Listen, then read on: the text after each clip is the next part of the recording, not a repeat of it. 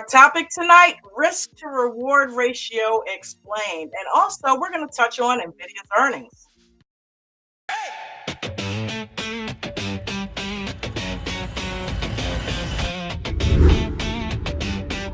Welcome to the aftermarket dream.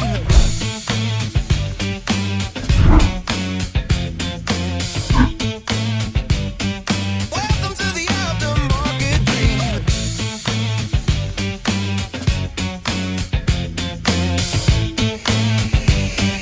Welcome to the aftermarket party where we hang free. Welcome, everybody, to the Aftermarket Live Chat and Watch Party hosted by American Dream Trading. And I'm your host, Dawn, aka J&J Video Reacts. And this is a stream that's been created for you traders to have a place to come to after the market and just have a place to decompress and share your ideas and what you learned from Coach Chad Christian, who's a 33-year stock market vet. And he has literally traded in every market condition imaginable and trains us how to do the same thing. So that's what we're going to talk about tonight. One of the things that Coach teaches us the most is to preserve our capital, focus on the process, not the profits, and protect your assets by using risk management strategies, stop losses, and just knowing that there's no way you cannot be successful if you make sure that you don't lose 1 to 3% of your entire account. So we're going to dive into that tonight. Nvidia. What's going on with Nvidia? Nvidia has earnings tonight. So actually it's happening as we speak after the close of the bell. I'm not allowed to play any type of playback for that, but we can at least discuss it, right? So let's pull up Nvidia. Let me share my screen. Let me go ahead and pull up Nvidia. Hold on one quick second here so we can kind of see how it is reacting in the market.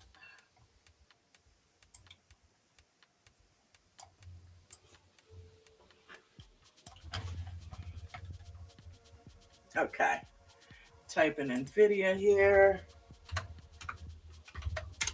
Hopefully you guys are having a great night. And hopefully you had a green day.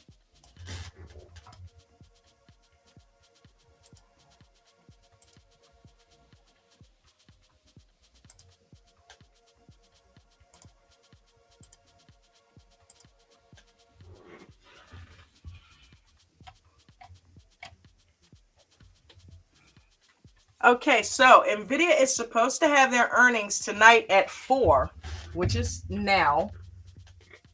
And just a little synopsis here. Nvidia earnings expectations. Okay, expected revenue for Nvidia, gang, is 55 billion. And the expected earnings per share, which is the EPS, is $1.25 per share, which adds up to a 56% revenue growth year over year. We all know that Nvidia is huge, okay? Huge in the chip space, and now they're venturing into the AI space. The question is, how will it affect their earnings? Right now,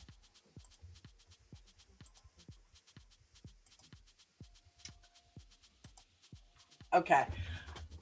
Recent Nvidia developments, they partnered with Menlo Micro to accelerate AI chip testing. All right, we know that's huge. Major AI infrastructure deal with Microsoft and Anthropic, right? That is huge. Anybody that tends to partner with Nvidia, we've seen massive differences in their stock pricing, right? So, especially on the day of. So, with them partnering with Microsoft and Anthropic, as well as,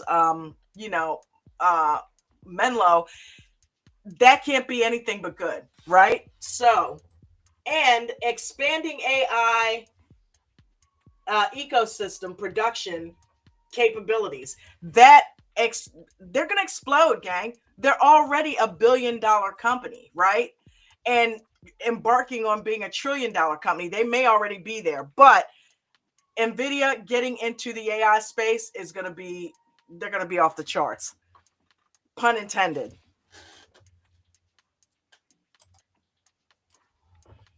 Okay, so the market sentiment, analysts like Oppenheimer are optimistic and raising targets. Okay, so some caution as Peter Thiel and actually sold its Nvidia stake. So that's huge. So Peter Thiel's fund sold their Nvidia stake. We don't know what that means. Doesn't necessarily mean that he knows something, but it's giving you basically a mixed message, right? So mixed sentiment heading into earnings can't be a good thing. And so far, from what I'm seeing, I don't know if they actually did it yet, but it looks like a mixed bag of tricks here. It doesn't look too much like anything much is going on. It's consolidating. Now, where are we? We're on the 1 minute. So this is a pretty low time frame. Now, they did today have a pretty, it was, well, 3 trades, right? You got one to the upside, and Nvidia always explodes leading into earnings. And our coach teaches us you'll find that most stocks do that. Heading into earnings, usually they tend to rise. People are wanting to get in because why? There's a lot of volatility around them. There's a lot of talk around them. So they want to get in and try to capitalize on some of that movement, right? So today, the day of, it did rise at the open and had a nice run from the bell up until what is that?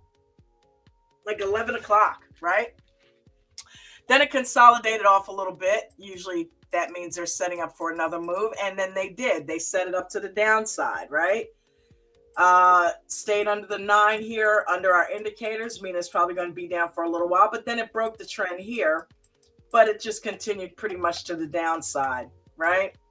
But then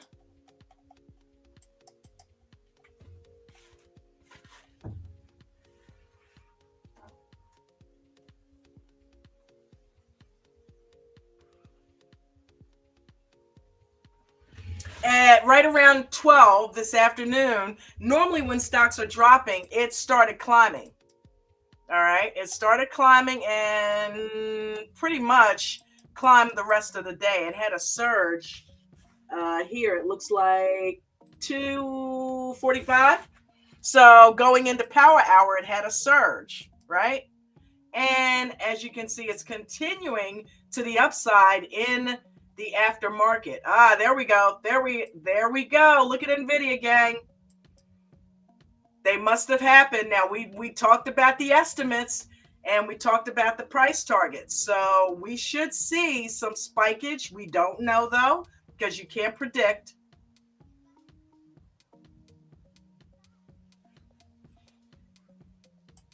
All right. They're having a rough time making up their mind here, but we see the general direction that it's going, right?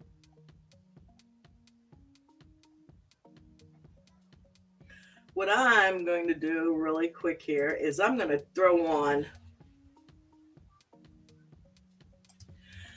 my 4 hours. Okay, so we can see here, even though it's climbing, we're not really going to, even though I'm charting it out, news always trumps technical analysis. But I'm just going to throw a few lines on the chart as we are taught to do by our coach and mentor, Chad Christian. And I see a couple of levels up above where it is currently trading at. So we're going to look for these areas to have some type of significance. Don't know if they will. And I've already got some lines up top here. So we'll see. Let's put it back on the 1 minute.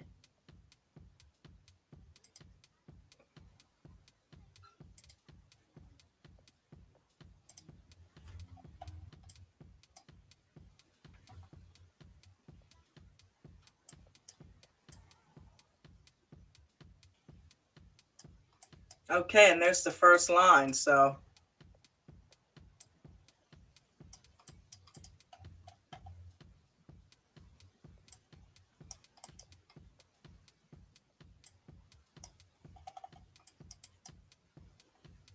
So far, so good. She seems to be climbing steadily. Nothing to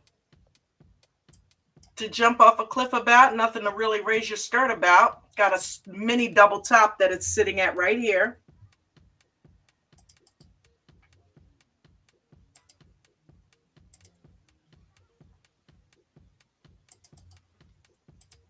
See if she breaks that. All right, there we go. We got the now one thing about the market. When institutionals get involved in that, you will see spikes in movement and you will see plenty of volume in these candles, which is what we're watching here with Nvidia.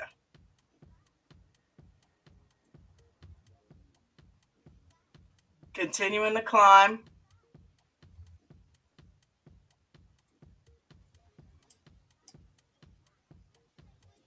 Look what's happening at this level, right? That's why we mark things out, because we like to be informed. We like to know what's coming ahead. And that always means we look to the left, right? To see what history has told us it's done at certain levels so that we know how to trade it. Now, if this was something I was trading right now, I would be cautious at this level. But this is not an ordinary trading day, right? So I don't expect it, with the momentum that it's got and the good forecast that it had.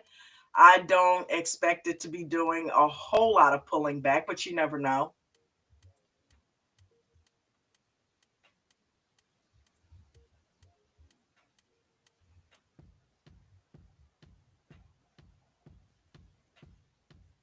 I remember when I first joined American Dream Trading a couple years ago, Nvidia, it was trading in the $600 to $700 range. I watched it go from the $300 range to within a year being double that. And then it, of course, cracked the comma. And once it did that, it just went off the charts. And then they recently had a split last year. Was it last year? I think it was last year. And, it obviously made it a lot more affordable. But man, when Nvidia had earnings, when it was on those runs up initially, and I wasn't, I had no prior day trading experience before coming into American Dream Trading. And man, that was just something to watch. It just flew off the charts. It went up like 20, $30 in one foul swoop. It just kept climbing, climbing, climbing, climbing. And I think gone are the days of it doing that during earnings, at least until it gets back up in that range, right? Right now, it's, pretty affordable stock, not big volatility surrounding it like it was back in those days. But it seemed to be doing pretty well after the earnings report. So, it got charting, man, charting. Woo! I'll tell you.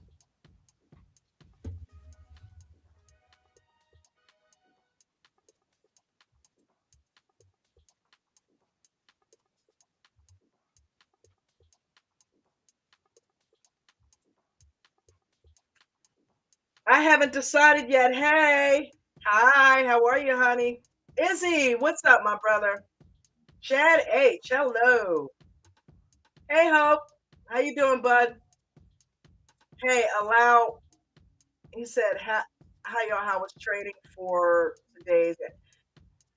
Um, I actually did not trade today. I've been doing well. I'm not going to say I didn't trade. I did a little bit of paper trading with IWM and made $20. I'm keeping my position sizes real small because I'm learning to control my emotions in the trade. And take a look at Nvidia, gang. She is a dropping right at that level we marked out with the mini double top right here. So nothing, we're probably just going to go ahead and get into the rest of the topic tonight, risk to reward management ratio explained, because nothing really off the charts is happening with Nvidia right now. Felito Cantu, happy Wednesday, happy hump day. F, my brother from another mother. She got around, right? I hope I put a smile on your face with that one. Nice one, Chad. Congrats. Little profit daily target around 1 to 2%. Way to go, Hope. Carolyn, hi, baby. 13% day here. How did you do? What? 13%, Chad. You're just spanking the market, man. You're just spanking the market. Ken T. Hey, how are you, bud? Diesel Dan, American Dream Trading is running on Diesel Dan right now, not Dunkin' Donuts. That's our DD. Hey, Eminem, how you doing, baby? Artelon, how art thou? Wow, she just fell off the cliff. I think I heard James come in. Might be James. Is it James? No, it's Eminem. Surprise! Hey, baby girl, how you doing? I'm good. How are you? I'm good. I'm good. Oh man. Okay. So did they? It said 4:20 was the release time. Was it? But Okay. I mean, I don't. I'm not for sure. But Well, we went over a couple of things about it. what we talking about, boo? Um, hold on. I'll read them again. Hold on 1 second. Or can you do me a huge favor and read the slides? You know I can. Okay, it's just 3 of them. I already read them, but people may not have seen it. Okay. So Nvidia earnings expectations: expected revenue 55 billion, expected EPS $1.25, and 56% revenue growth year over year. Yeah. And recent NVIDIA developments: partnership with Menlo Micro to accelerate AI chip testing, major AI infrastructure deal with Microsoft and Anthropic, expanding AI ecosystem and production They're capabilities. getting into the AI, girl. They're getting into the AI. And last one. Market sentiment: analysts like Oppenheimer are optimistic and raising targets. Some caution as Peter Thief's fund sold its NVIDIA stake. Mixed sentiment heading into earnings. Yeah, I feel that. Yeah. So it's a mixed bag. Oh, look, Maria. What? Oh my. Okay. Where does the top go? What's the number? Oh my God. Is that over 2? It's got to be. It 190 and some change. Okay, I can't I see went it. and did a little bit of charting, and this is the next level I had. And then I Okay. put stuff from old right up there. So not that Wow. charting, the earnings are going to trump any type of charting analysis, but it's just interesting to see, huh? Look at this That's thing. I crazy. was talking about this. I said a couple years ago when I started, Nvidia did this kind of stuff during earnings. So, Yeah. Well, what's Spy doing, I wonder? I don't know, but let's check it out.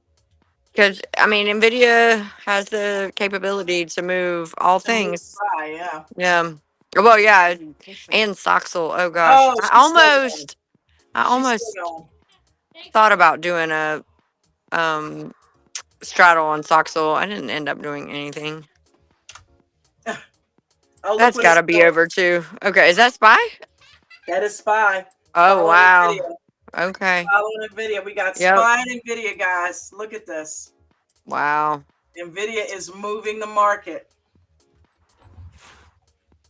So pretty. I love watching charts like this. 194.75, 194.87, back to 195. She is still Wow. moving. What's the 52-week high, Dave? Dave is giving me. Dave, get up here. What are you talking Come about? on Don't up be here. out. Don't be Get down on there up in the here, Dave. chats. You know this is your boo thing. We love you, Dave. Get on up here, buddy. And Nvidia is his boo.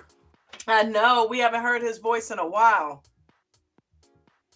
Look at what your girl's doing, Dave. Dave, you getting paid, aren't you, Dave? All right, she's stair stepping. Not at 2 yet, Maria. Still sitting around 195. Just dropped to 194 and some change. Stop hemming and Okay. hawing, girl. Go ahead and knock two out. So Hope says, I'm sad. Expected them, Nvidia, to do this huge spike during the day. Well, that's just Well, not going to happen. A lot of times there's too much confliction, right? We just read that there was a mixed bag of sentiment. expectations, and so people aren't gonna. But it really did go up. Wow, that's Look at beautiful. this at the bell. Yeah, Yeah, everything did that, right? yeah. This is it at the bell. But then it did drop. Oh But then man, towards the end of the day, at the wow, that was a moneymaker today. oh Sheesh. yeah, three nice trades. Maybe break this up a little bit. I probably wouldn't have been in that. Nah, But but the one, options are two, just so expensive I know it. on earnings week, right? So Yeah, I don't, I don't dabble. Where we at? Uh oh. yeah. Uh oh. She dropping 192. Hey, data trader. What's up, Diesel Done? And Dave, Diesel. where you at? I haven't heard the doorbell yet, Dave. You He said, coming I'm yelling at home. Uh oh. Come on, Dave. Come up in? here. Yell with us. So, this is part of risk management, right? I saw a slide on that, I thought, or something. Yeah, that's what the topic is. Risk to Right. reward explained. Yep. Right. So, that's why straddle is so crucial in these times because if you just take one side because you're bullish or bearish, then it's not a good look on that P&L when it goes the other way. Mm. That's why Coach always recommends if you're gonna do a straddle. Right. That way you've got both When in ends doubt, straddle it settle out. it out. Gee, you think we got the same training? That's crazy, right? But I don't understand. This is a pretty decent dip. I mean, back to the 9, so we'll see. Yeah. Yeah. And with those expectations, I'm surprised it's doing this much drop. And I mean, it had a nice little spike, but come on now. I Well, thought that it was looks going like back kind to of at the mean, right now. So, the. well, and the 9 turns out. Crazy how that works. Mhm. But I'm looking off of your teeny tiny chart on my screen on my phone. So, um, Oh my God, but I need. no, the other thing is, I don't think, I don't know. Do y'all think? Y'all tell me. Was Nvidia priced for perfection? I don't know. I'm not. I don't. How? Because I know we had the other one, Oklo, right? That was like way above the PE. And so if it even had like a glimmer of yuck yuck, it was going to the toilet. And it did. Yeah, Um, but I don't know what Nvidia's PE was. I really didn't do my research, which is why I didn't I make a didn't trade. either because I don't play it. Right. And I wasn't intending on playing it. But we do have people who do. So I figured we would go ahead and watch it and see what it's doing. It might be Dave, Maria. Hold on. We got the doorbell. It is. Pull it up, Yay! Boomer. What's up? Hey, Boomer. Oh, okay. Hope got on to me for not reading his previous comment, but he said you girls are my new favorite too to watch on YouTube. Okay, including James. Oh, man. But he isn't a girl. Three's Company, right? Dave, are Am Come I you on knock here? on our door. Yes, you can are you on break here. down the earnings for us?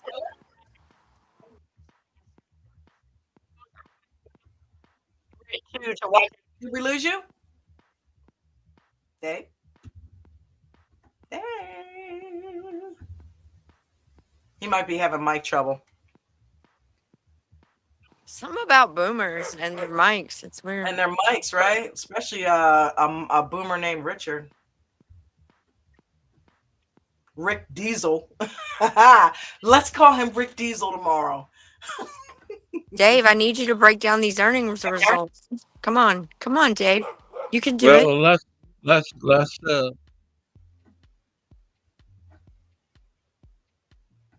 I think I'm hearing it twice. Are Mute you? one of Hey, your devices. Yeah, mute one.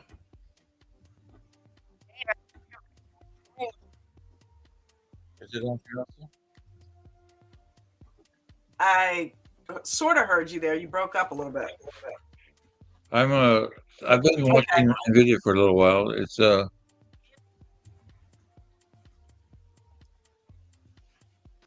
have two of them over here, baby. Hang on a second.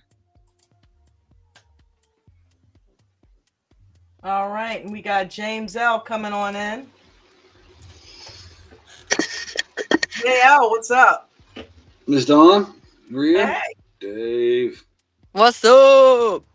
Oh, We're trying to get Dave to break down the results, but James, do you know him? I'm out. I'm outside on my phone, trying to avoid chaos. However, it's everywhere. Trying to break down we to read what the to who? What kind of power expectations. tool? We read the expectations and the sentiment, but you I know always felt what? that This is following what they said, Maria. It's a mixed bag because of its affiliations with Microsoft and everything. It probably shot up, but then the Peter Thiel's selling his stake, Right? He's like, you know. I'm done. So, I'm out. But I want to know what their earning per share was and all that.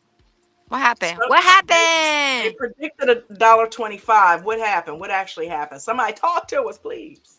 I Hold thought I heard on, that it was hold going to be on on. at 5 p.m., not right after market. So maybe we're a little bit premature. I I watched don't the know. last four or five earnings, and Okay. the market expects Nvidia to be perfect because last four earnings uh, they beat the blah blah blah expectations, and they gave good guidance, and yet it still dropped at earnings. So I'm really expecting it probably to drop. This big old green candle right here is a Well, did surprise you to me. see that huge couple of candles that shot up a little while ago? You sure they didn't Yeah, I already sure have did. it? So Yeah, the those. results aren't out yet. That's what you're saying? Oh my God. I don't believe And that it they are. I don't believe they are. But like I said, the last three or four earnings that I've been watching them, the they had good earnings and good guidance, and it still dropped. So the market mm, expects Nvidia to be perfect. So Okay, wait. No, Bucko put in the chat Nvidia earnings EPS 1.3 versus 1.26, expected revenue 57 billion versus 55 billion expected. So nice. they beat and beat. We just need to Yay. hear the guidance, right? Jensen always puts on good guidance. So Jensen's been drumming the Nvidia uh, drum, at every. Look at Spy. You go, girl. I know. Harmacodes. Spy's leaving Nvidia in the dust. Well, because okay, so the reason that might happen is because we have other chip, Other ones in there. Yep. yeah, other That are chips that going are off the pulling. momentum.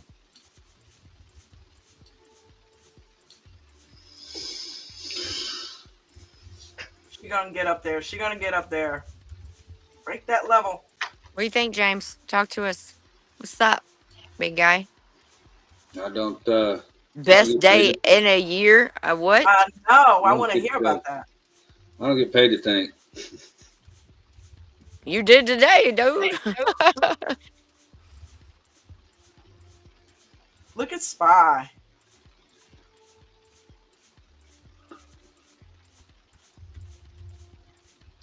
I think James is in a trade. No. James dozed off. Oh, you taking a nap again? Do I need to do another AI? Yeah. Yeah. Sorry, you got to get that rest, man. You got to get that rest. But you can't sleep during Nvidia earnings, though. I can if I'm not playing it. All right, well, go back to bed. Okay, so James is just getting his bearings back. Okay, I got I you. know he's waking up Yeah. right now. Yeah. Hey, we're in the aftermarket. Okay. All right. And Nvidia had earnings. I see it. It looks like it wasn't too bad. Oh, Palo Alto tanked. PANW. Okay. Interesting. Spy is going for it. What is Spy at? Yes. 670? Where are we at? I can't see. I'm sorry. I'm not at my own computer. I It is at apologize. 666 and 25. Okay. I overshot that a bit. Eh? All right, Nvidia is down to 192. It got as high as Respecting the 195. crap out of your line, though, Dawn. That's that charting It right is. there. It is. And that came off of a mini double top. Right here, we had it. It respected that one. And then we went on the 4-hour and pulled this one out. And it is respecting it. Oh, but Bucko says PANW Palo Alto tanked after beating earnings. Oof. Yeah, that's what I Oh, was just gonna say. I don't know why Palo Alto would have tanked it. Looks like they had good earnings. So it must be 3 cents per guidance. share, 4.5% surprise. Reported Got to be revenue guidance then. 2.47 billion. Okay, NVDA, I see you. It must be guidance, right? Yeah, wake up, James. You can't hang. I used to open the Zoom at 4 o'clock and still was in here. Come on, man. James, you got to get some grapes in your life. You gotta I'm get some telling you. grapes, man. You Oh, know you No, can't AMT hang, runs on partner. grapes, okay? You can't hang, partner. right. he's You not gotta a get boomer, so he can't hang. yeah, Come you Well, on, gotta I, get James. 12, 16 days in there, brother. Come on, James. Oh man, look at Nvidia. It's moving a little bit. Doing a little something. What's crazy is that James has been up. I can't remember what time you said good morning, but it was well before 4 a.m. Yeah, did you do the 3:30 thing today? I did not. Looks like we're going to plan that. Of course, I had to talk with Bruno for Tuesday morning. Oh, okay. Yeah, I did a little poll with everybody this morning. What are you doing at 3:30? I'm going to open the pre-market Zoom 30 minutes early next Tuesday. Okay. Just kind of give some of the folks a chance that are working or otherwise occupied at 4 o'clock to come in and just chat a little bit, do some charting. That's so sweet of you. Yeah. Well, I'm occupied at 4 a.m., but I don't think 3:30 is going to be any better for me. I'm occupied from 3 on. Well, it's funny. I actually overslept this morning. I didn't get up till 2. Oh You my! know, I'm don't we sound telling. crazy? Don't we sound crazy? Oh my And God. then, We and then you sound had the crazy. best day of your whole trading year. Yeah. Yeah. What? So Yeah. since Actually, nothing's really popping off the charts right now, talk to us about it. I went I went back and looked, and the last day that I had a percentage gain uh, was 9.77% of my account, Mm, but that was before 25 green days of compounding 1 to 3%, averaging closer to 3% daily to get 8.77% of my account. nice. that Congratulations! is awesome, James. So that's not my highest percentage day, Right. but after all that compounding, Overall, yeah. overall dollar When it gets wise, harder, the more you have, it's harder. yeah, yeah. And it's been all of the watching the Apple and watching and listening to Richard on the control candles, and I did I did 2 contracts of Apple, 2 contracts in the Qs. Uh, I had one quick little scalp on STEC this morning in the pre-market, and that was it. Nice work, though. Yep. So proud of you. And I did actually have to get I had to get out of my trades a little early. Apple, I sold one and set my stop and let it run. The two on the Qs, I had my stop in place, but was letting them go.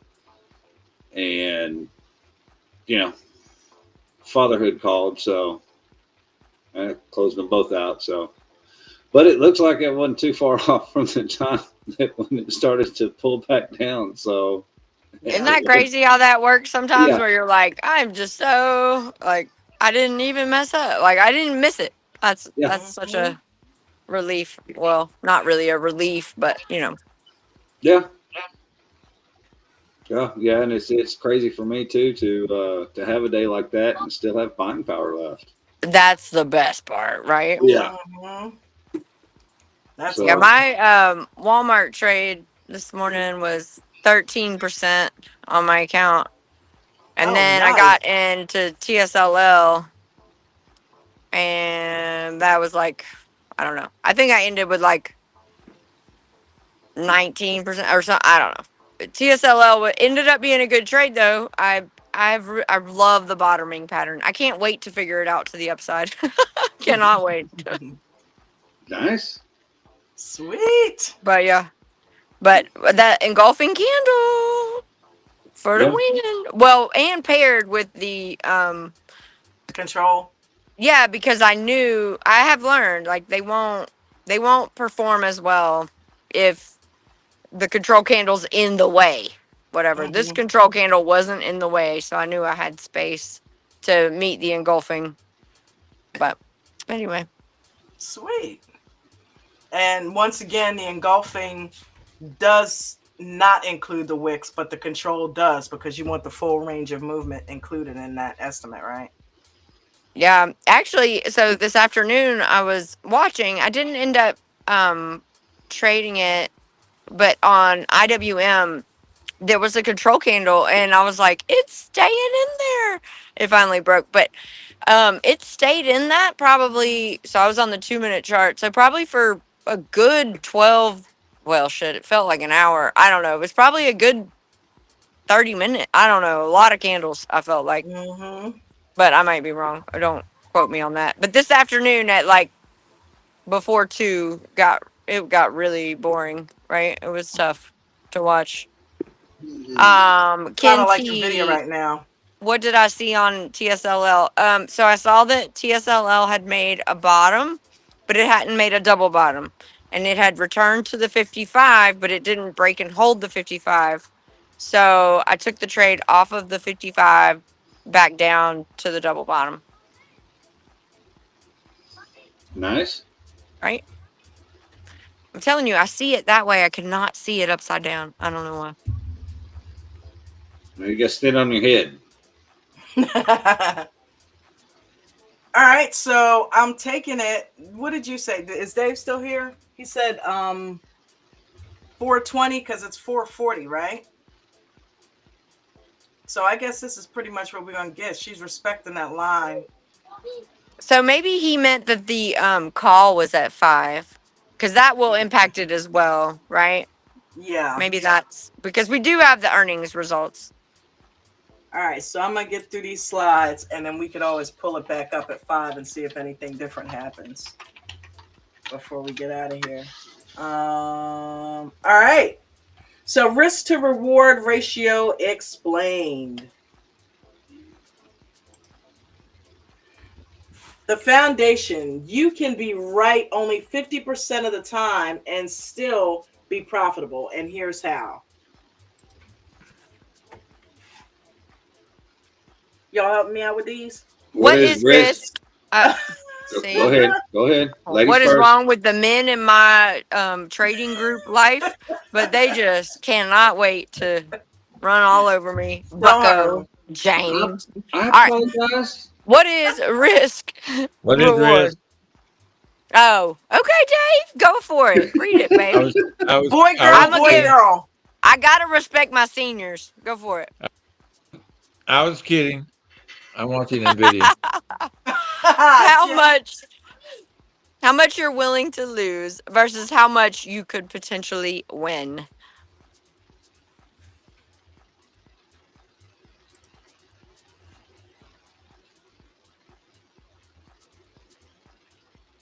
Listen, my son wants y'all to watch him hit off this tee. Y'all don't have to watch. I'm just going to turn the camera around, okay? Is it my turn? Well, no, hold on, wait a minute. We got I think T-ball. it is, Jane. We got T-ball. We're gonna wait.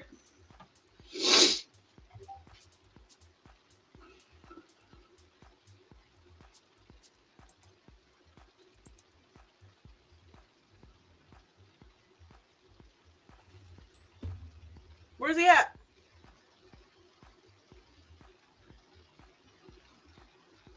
Okay, here we go. Knock it out of the park, literally. Oh, nice. You got a net, so you don't have to chase it. Maria said, "Oh, she got the camera up in here. Let me go."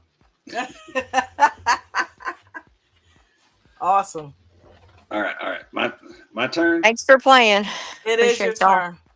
Dave, age before beauty. Oh, you should. I'm watching Nvidia. Let us know Okay, if it all right. spikes, Dave. We'll put the chart back up. The simple math: risk, It's distance almost from hitting. entry to stop loss; reward, distance from entry to target; ratio, reward divided by risk. Example: risk $1 to make $3 equals a 3-to-1. So this is hard for me. I just have to be transparent. When I don't know, it's just hard. I need to work on this. It's an area of growth. It's not that simple of math when you're dealing with like odd numbers and Right. potential like potential levels that it could, I don't know. I need to work on this, like actually knowing my risk to reward before I get in. I always know I'm not risking much because I have a stop loss, right? Mm-hmm. So but I don't always know my potential reward. I have targets, right? But I don't Mm-hmm. know like the ratio necessarily. Does that make sense? Yep. And let's Yeah, welcome Palm to the panel. It Palm does. Coast. Mr. Wait, Palm. who? Hello. That's not his Hey. usual picture. Ha, What are we don't mind He me. working switched with? it up. He switched it up. So we've got a little bit of a mixed bag, Palm. We've been looking at Nvidia, and James is still tracking. I mean James. Dave is still tracking it to see what it's doing, and talking about risk to reward ratio and explaining it. Oh, cool. Great topic. Yay, Pebbles, what's going on? So Maria said she was having a little bit of an issue understanding how it works on the ratio for like the calculation of it. Right. Like I always know what my risk is because I have a stop loss. Right. Right. And then, oh, wait. Artelon says there's tools in Trading View. Okay. Um, and I know like potential targets, but I don't know the ratio necessarily all the time. So maybe I need to work on that. So I like to, in the most crudest of ways to say it, is the juice worth the squeeze type of thing. So if you see that a pattern is kind of flattened out, it's really not going nowhere. When the candles tighten up and you're in consolidation, is that something that you want to venture into? Or if you see a nice progression of candles up and you get that 50 to 55% pullback to VWAP and it looks like it's or stands a good chance of going back up, then it's pretty much does the setup and the move justify the entry? So if things are too flat and too tight, scalpers love to play around with that all the time, especially if things just get overly consistent for a long period of time. But then the rest of everybody needs to see if it makes sense from a pattern. So I don't know if it's going to be 1 to 10, 1 to 3. In some cases, we've seen people run 200-300% in on a given trade, right? So from the risk from the portfolio management, you never want to risk beyond a certain part of your portfolio, based on the ADT rules, that Chad set up, right? So you don't want to expose yourself, but the rest of it comes. I really think the rest of it comes with setup, and does what you're looking at have the possibility of yielding more, or you get into that pattern where you get a nice breakout and everything's riding above the 9. You have no idea where it's going, but you know that it's such a strong pattern and so consistent that it's impossible in the early portion of it to catch a pullback, and by the time you catch a pullback, the pattern could be significantly progressed, and you missed a big portion of the run. So a lot of it is a situational awareness and analysis, and then from a portfolio management, just don't overexpose yourself. Okay, that makes a lot more sense. Like today, when like in a bottoming formation, if it hasn't double bottomed and it comes back to the 55 and it doesn't break it and hold it, but the double bottom is like, I don't know, 50 cents away, that doesn't make any sense. But if it's $2 away, that makes sense. Well, if you're catching a bounce on what should be a double bottom, then that makes sense, to play the double bottom for the bounce. And just like double tops, right? You're literally going against the grain. So it really kind of depends on how far apart those double bottoms are. Right. This had not double bottomed, but it had come back to the 55 and didn't break it. So I felt like it was going to come back to the double bottom, which was like $1.50, $1.75 away. So it made sense. Yeah, V-shaped recoveries are pretty rare unless it's a knife drop. And it was like some sort of a hiccup in the information, like we see on Fed days. We see V-shaped reversals all the time. And then sometimes when you get where it's stair stepping down, sometimes it's setting up for like an inverted head and shoulders, and you never really get a full on double bottom. But sometimes you get kind of a cramped pattern where you got something that stair step down, and then when it pops back up, it's more like a bullish side double bottom bounce. So we were trying to identify some of those today. I never got the true double bottom, but I got enough. You know what I mean? Yep. And when we get into volatility, like this upper chart volatility that we're going through right now, where you get these dramatic pullbacks and stuff, and we're not quite sure if it's a full-on correction yet, then a lot of the patterns change. A lot of the things that we see on a regular basis just get completely randomly reversed for no apparent reason, because the market really doesn't know what to go. So they just like pick up and go a direction until it gets exhausted, and then you get these abrupt reversals and things are all over the place. So that can be a lot more difficult when there's a lot more randomness.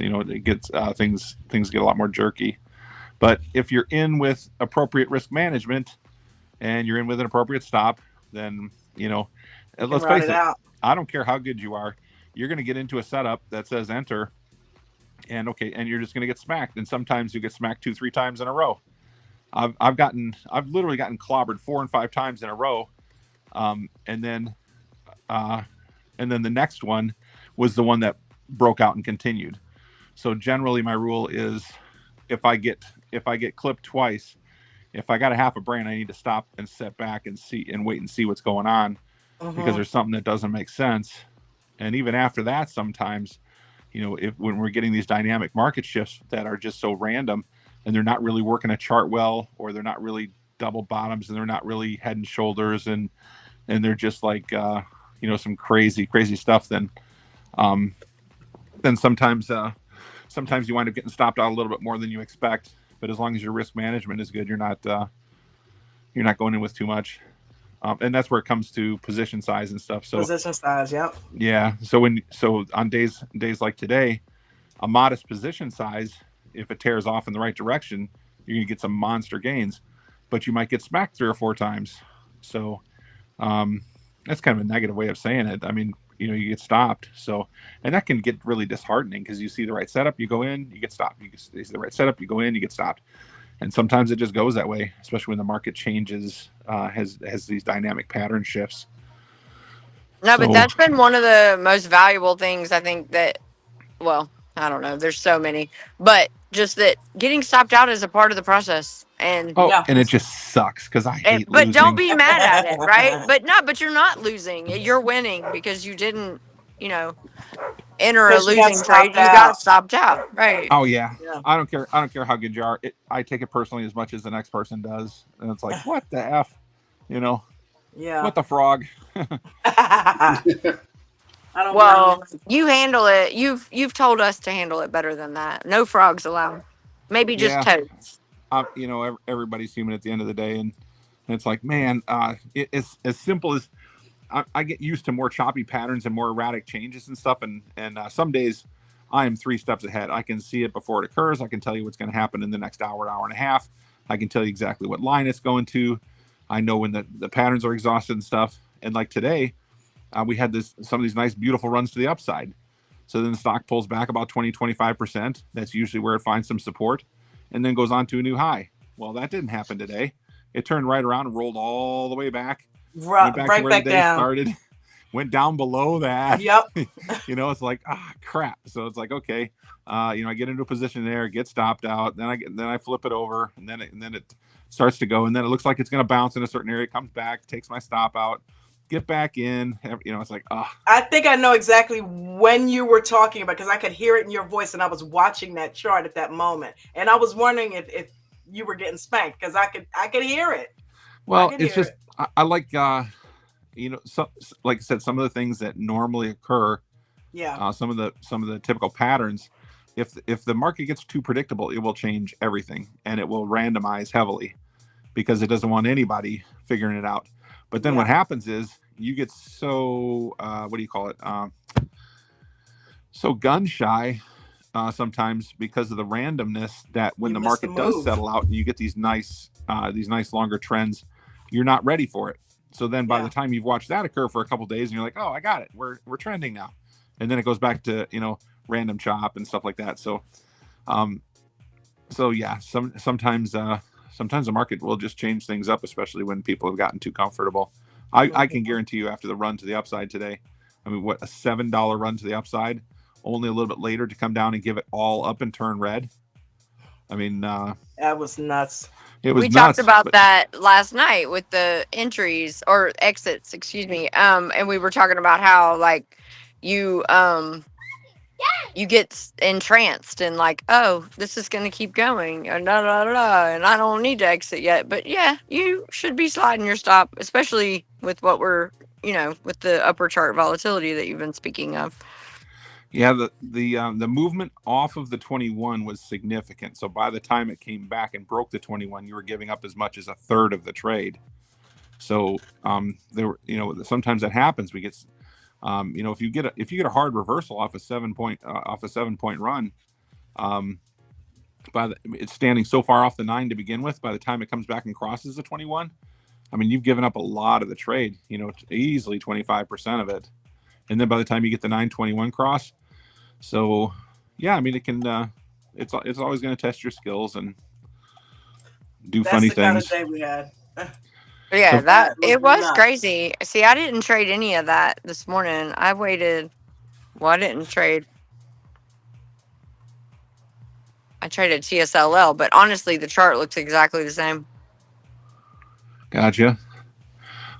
Yeah. So some of these yesterday were yesterday was kind of a reversion day.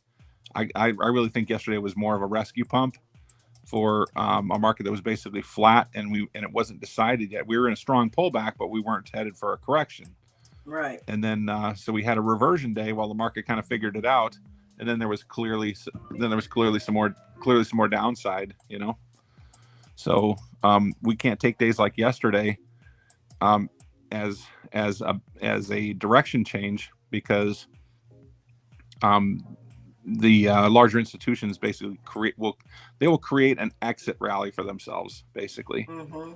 So when you get those moves, and that's why I know we say it so many times, and it's still such a difficult thing to do. Check your bias at the door. You see a $7 up day, and you don't think that can go into a $3 down day during a correction. Check again, because if you get a reversion day, then you get that. And we talked about the expanded range of stocks. So when things were more volatile, Tesla likes to move, $8 to $12 on a normal day. It moves 20 to 20, 18 to 25, or even $27 or more on a more volatile day, up or downside. SPY we were talking about this in the afternoon, was September was moving $3 to $4 during the day, tight, difficult to catch patterns. There was almost no trends. We did it for like a month, and then we broke out to some $5, $6, and $7 days. Well, in this downside volatility, now our expanded dynamic range is closer to $10. So the funny thing is, if you look at how SPY moved to the upside today, it went up about $7. but it didn't go 10. So could it have stopped at Right. 7? Yup. But it sure rolled over and found its $10 range, because like you're looking at bell to bell from the highest point of the day to the lowest point of the day. That expanded dynamic range was $10. And if we get into more volatility, that can even increase further yet. So the funny thing is, we went $7 to the upside, but that wasn't a full $10 worth of range. So it came back all the way down underneath and found those last few dollars to the downside. Right here. Isn't that batshit crazy? That's nuts. So With the way it started, nobody would have expected that. Yeah. So this is where people are like, I need the VIX to tell me whether or not the market's going to. Like, go back outside and bang your head on the door. You can see that things are kind of all out of whack and going crazy. Big upside, big downside. I mean, that's if you need a number to tell you that the charts are all over the place. I don't know what you're paying attention to, because it's pretty obvious. The VIX is up today. Well, no shit, right? Yeah. So, I mean, the rounded top today was crazy beautiful, right? And powerful. it was preceded by a 3-candle reversal, right? Like it was beautiful. Yep. If you learn those things if you are in the Zoom rooms on with ADT. So yeah, that was a perfect 3-candle reversal at the top. The broader pattern was a rounded top, which is much more rare. And normally that would have come up to, after that pullback, it would have gone up and created a double top for a pull. But instead, we got a 3-candle reversal and we got a rounded top, which is much more rare. But ADT traders knew to watch for that. And if they knew that thing was rounding out, we knew that the power to the downside could be really, really strong, because only in ADT do we talk about rounded tops and rounded bottoms, because you can't get taught that anywhere else, right? I got to tell you, Was it an inverse cup and handle or no? Like we talked about it a little bit, and then because it never really, the cup was kind of maybe spilling a little bit. Well, by the time it got all the way down to retesting where it opened for the day, yes, you did have a really kind of ugly, and the inverted cup and handles can be ugly too. So it's much prettier when it's more consistent, but yeah, it absolutely was an inverted cup and handle. So you did get the bounce off. You did get the double bottom bounce in this case. A rounded top followed by a double bottom bounce with an inverted cup and handle. That's just how many times do you see that? And like not many. Not that much. Yep. And then we had a head and shoulders in the middle, right? Yeah. Like, well, kind of ugly again. It is. And the interesting thing is the angle. I think it's like a humpback head and shoulders, yeah. It's like the bell ringer, right? So when you get kind of ugly patterns, the slant at which a head and shoulders occurs, inverted or ups or right side up, can give you some directionality too. So yeah, you definitely got an inverted head and shoulders. And look how crisp the shoulders are. Usually the shoulders are a little more rounded. In this case, the neckline was rounded.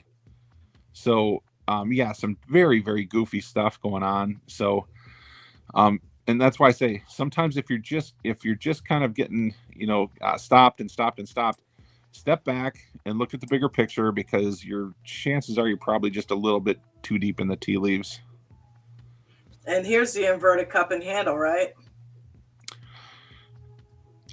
It goes back to the day open. The inverted was from open, right? Yeah. And then you had that little bit of a bounce, and then we got the humpback. Humpback, huh? No, I'm kidding. So you had the inverted cup and handle. It broke to a new low, then it bounced back up, and then they had a right side up little cup and handle right there. Not cup and handle, but a little baby head and shoulders right a little further to the right there. So right side up head and shoulders, and that just kind of looked like channel chop too, until it actually came back and completed. And then once it completed, it broke to the downside. You got kind of a weird rolling bullish side double bottom bounce. And we were talking about that as it happened too. And at that point, I had to cut away to take care of some personal business. So But then, yeah, the macro pattern for the second half of the day is an inverted head and shoulders with pointy shoulders. And then look at the trajectory in the aftermarket when that completed. Even though it was Thank you, inverted. Nvidia. Yeah, the invert, it was inverted, but it was slanted to a pattern completion to the upside. So then that's the slingshot that you got after that shoulder completed, and then it continued off in that direction. So now that you've got, Hold up. Is that the right side being chopped off though? Like you've talked about before no, close? because the dip that you see going into the end of the day was the Okay. formation of the shoulder. Okay. And then that mini double top about an hour before, right Right. up in there, that's the neckline, and that's the Oh, okay. I shoulder. see it. I see. Yep. And then Okay. when it completed, it continued, kind of a slingshot to the upside. So now that you got all that pattern completion, guess where it's going? Yeah. No, it actually doesn't. It doesn't tell you anything. All it tells you is that the pattern's completed. Okay. So the market's back. The market has basically gone back almost all the way back up to the top. So if you look at the macro pattern for the entire day, that is a slightly bearish retest of the high of day. Yeah, I was about to say, wouldn't that probably send it down? It's a possible pull unless it moves up further and fully retests the high of day. Gotcha. Right. So we're within like the news thing overriding technicals. We need to see, right? Or Right. Well, no? Because of Nvidia. Today there was a bunch of stocks that moved kind of against the grain a little bit. So I don't know that there was necessarily anything really adverse about crypto, other than the fact that it was resetting itself. And Bitcoin had a pretty substantial pull today. And now we see the same thing in crypto going on in the aftermarket. The volatility, it's bouncing back to the upside. MSTR and then leveraged MSTX. MSTX is a pretty fun one to play because it's super affordable right now. It's only $6 to $7 to $8. So, but with crypto pulling so aggressively to the downside, do you have a Bitcoin chart? Right here. Yeah, MSTU is the upside and MSTX, and they're both about the same price.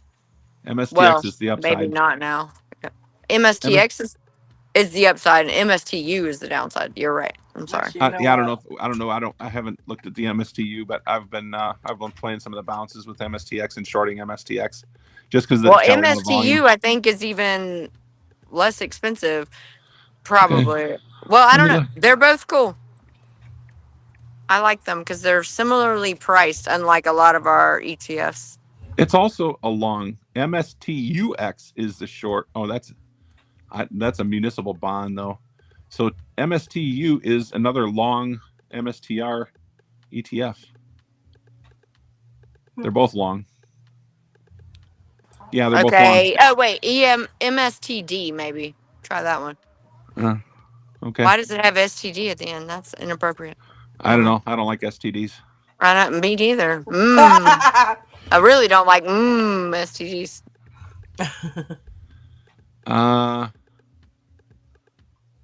There's Bitcoin up. You're killing me, Maria. You're killing me. Sorry, I tried. Anyway, I tried. Anyway, as far as risk management goes, sometimes when you see patterns that are significantly different, they can be more difficult to identify. And if you're having difficulty with it, then sometimes maybe it's just an observation day. So if you're in paper trading and you're in training, no big deal. You're learning some things. You're getting tossed around a little bit. It's kind of a bouncy ride. If you are into the point where you are and have been trading successfully, and the market changes and you have difficulty and wind up starting to give it back, then you need to kind of check yourself before you wreck yourself type thing. This is where these dynamic market changes are where a lot of people wind up giving money back, because they get used to certain things. They've learned their favorite stock. They know how it trades. And as much as you're trying to follow things, then like even with today, there was been plenty of times where the move back to the 55 would have knocked you out of EWOs repeatedly. You know, so no matter what strategy you're on, it's the volatile market is a more challenging market to trade in. So scalpers don't mind because it's pretty short lived, and as long as you're trading in the general direction, you probably get stopped out a little less. But it's definitely challenges. Like this morning, easy peasy, jump in, ride. There was like no red candles. It was just like green, green, green, green, go, and you got a really nice long ride before the pattern ever got exhausted, and then it started to roll over, and then that would have been a place for scalpers to re-enter after that pullback, and then scalpers got dinked out because it consolidated, chopped, and stuff. So anyway, yeah, change. If you have been experiencing consistency and you become inconsistent when the market shifts like this, then that's where risk management tells you dial down your position size because Yes. you're not familiar with it, you haven't seen it, things are too jagged, you're taking more stops, that type of thing. For sure. Well, So before we we did Just simple math. we already Risk. did that one. Whoa, whoa, whoa. Okay. We just Why did it that. matters.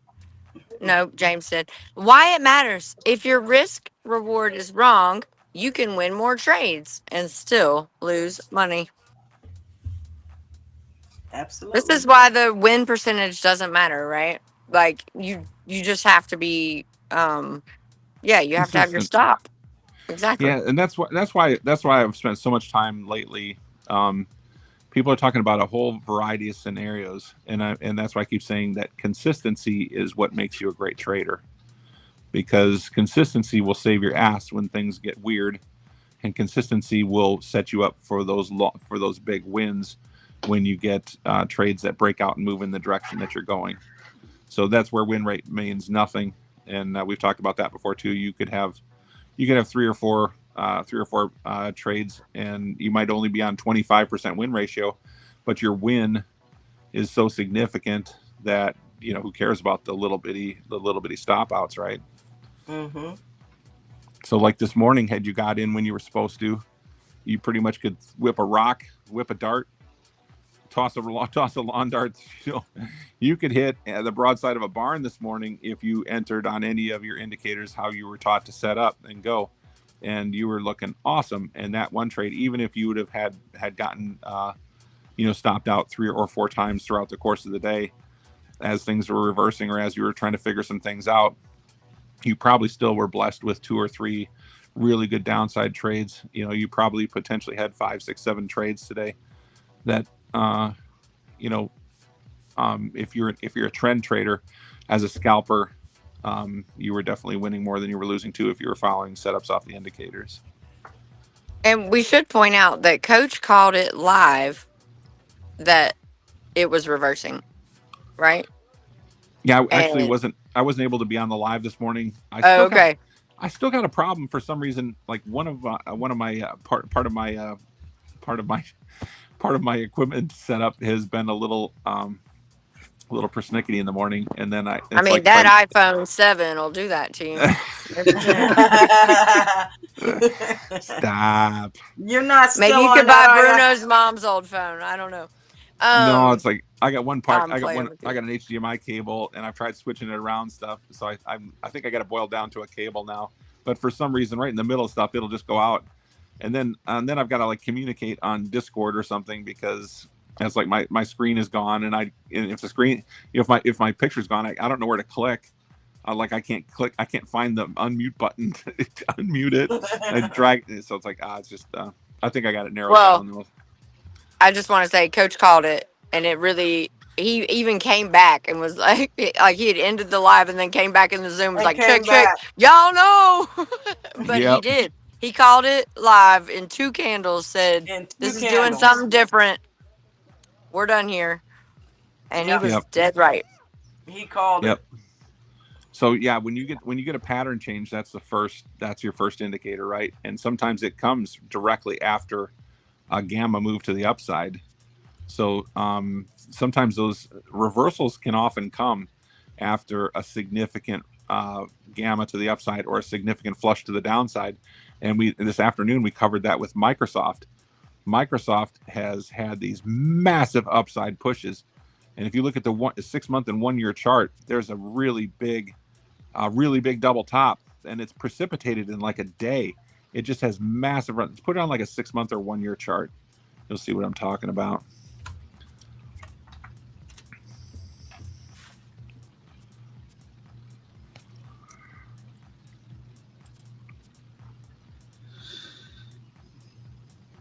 You'll have to put stars next to those other ones so we can see them.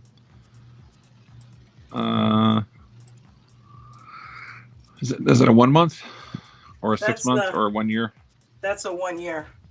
Scrunch it together more then.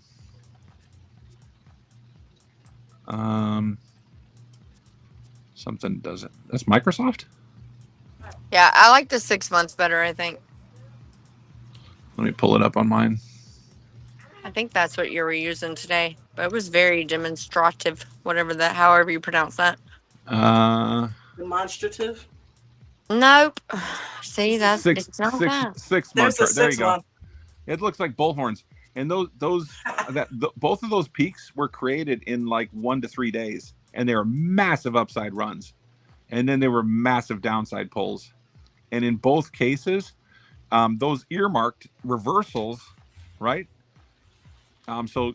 He said earmarked. I think they were horn marked. Horn marked, yeah.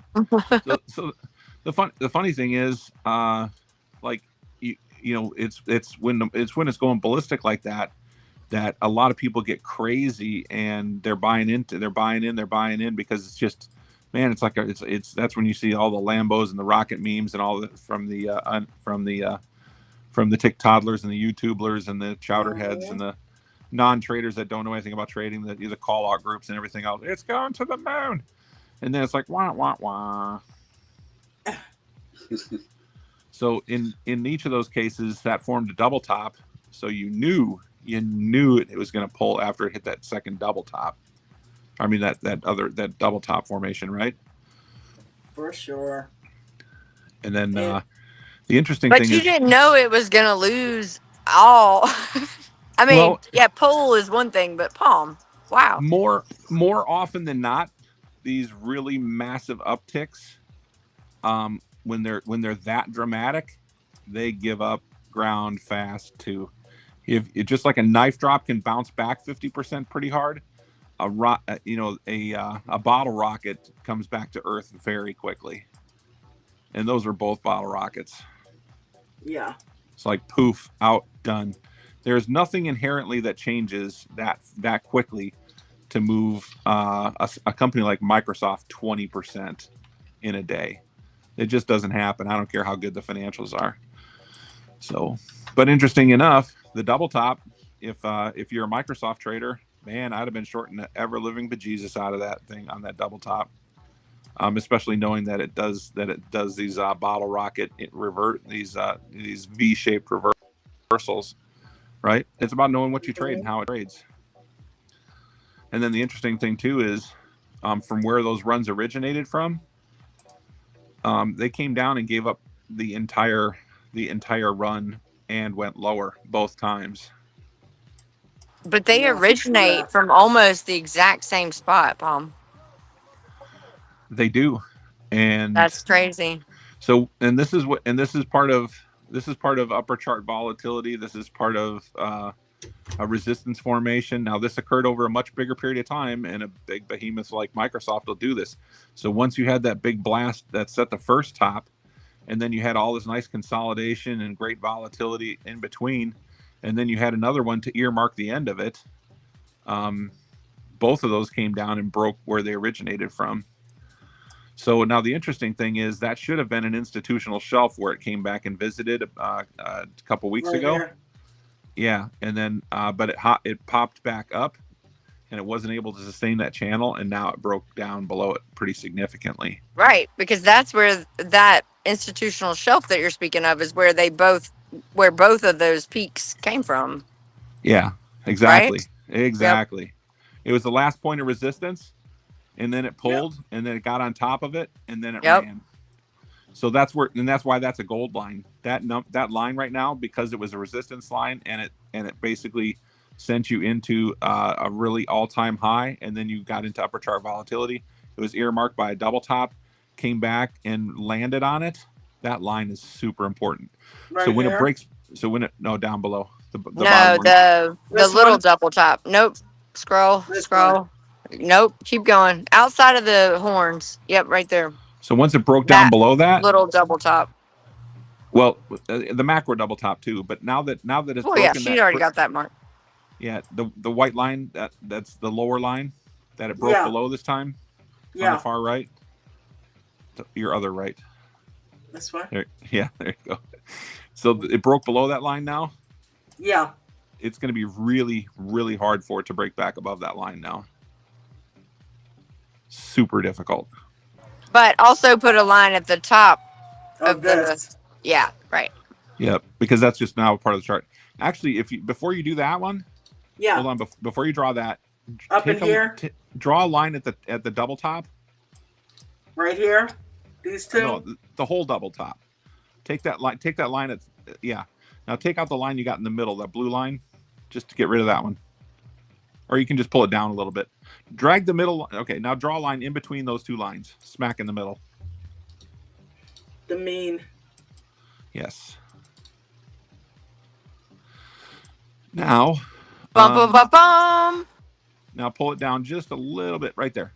Okay, Yep. Can you see how that line was kind of a resistance when it came back down to the institutional support, kind of in between the big double top? It's Yep, a right in double there. top right here. A mini Yep. double top. Now take a different color line, like a yellow line or a red line or a purple line, whatever you want, and split both of those channels. Okay.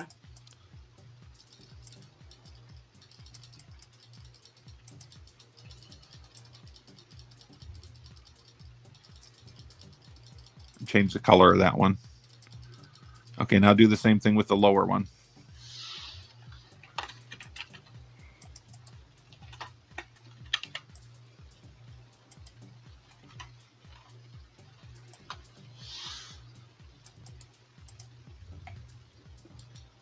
Can you make that one yellow too?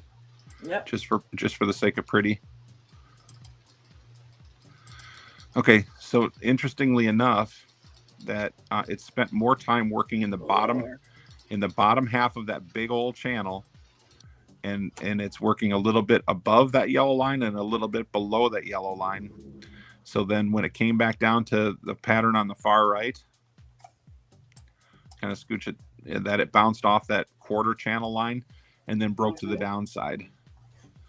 So that whole portion, that whole section up there, it's pretty much done with that for right now, while the stock finds a new low or reestablishes a channel down further.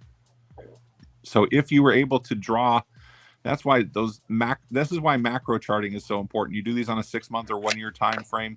You draw in your double chops, you draw in your institutional support, you bisect it, and then you quarter it, and you'll find more often than not your stock is going to want to work in some portion of that. In this case, it worked in the lower half of that channel, and it was working the upper and lower half, basically those quarters.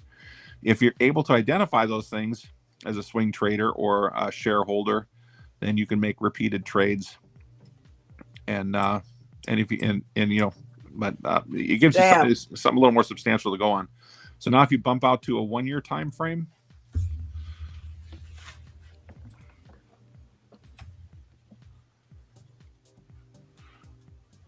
so I think we're in a 6-month right now. Just go to a 1-year.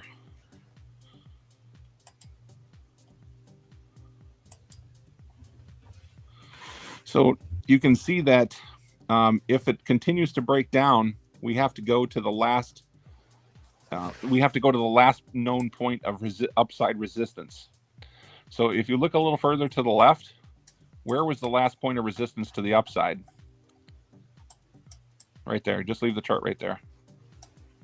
Where was your last point of resistance to the upside? Right That's here? close. Yep, right in there. So you can throw a line there.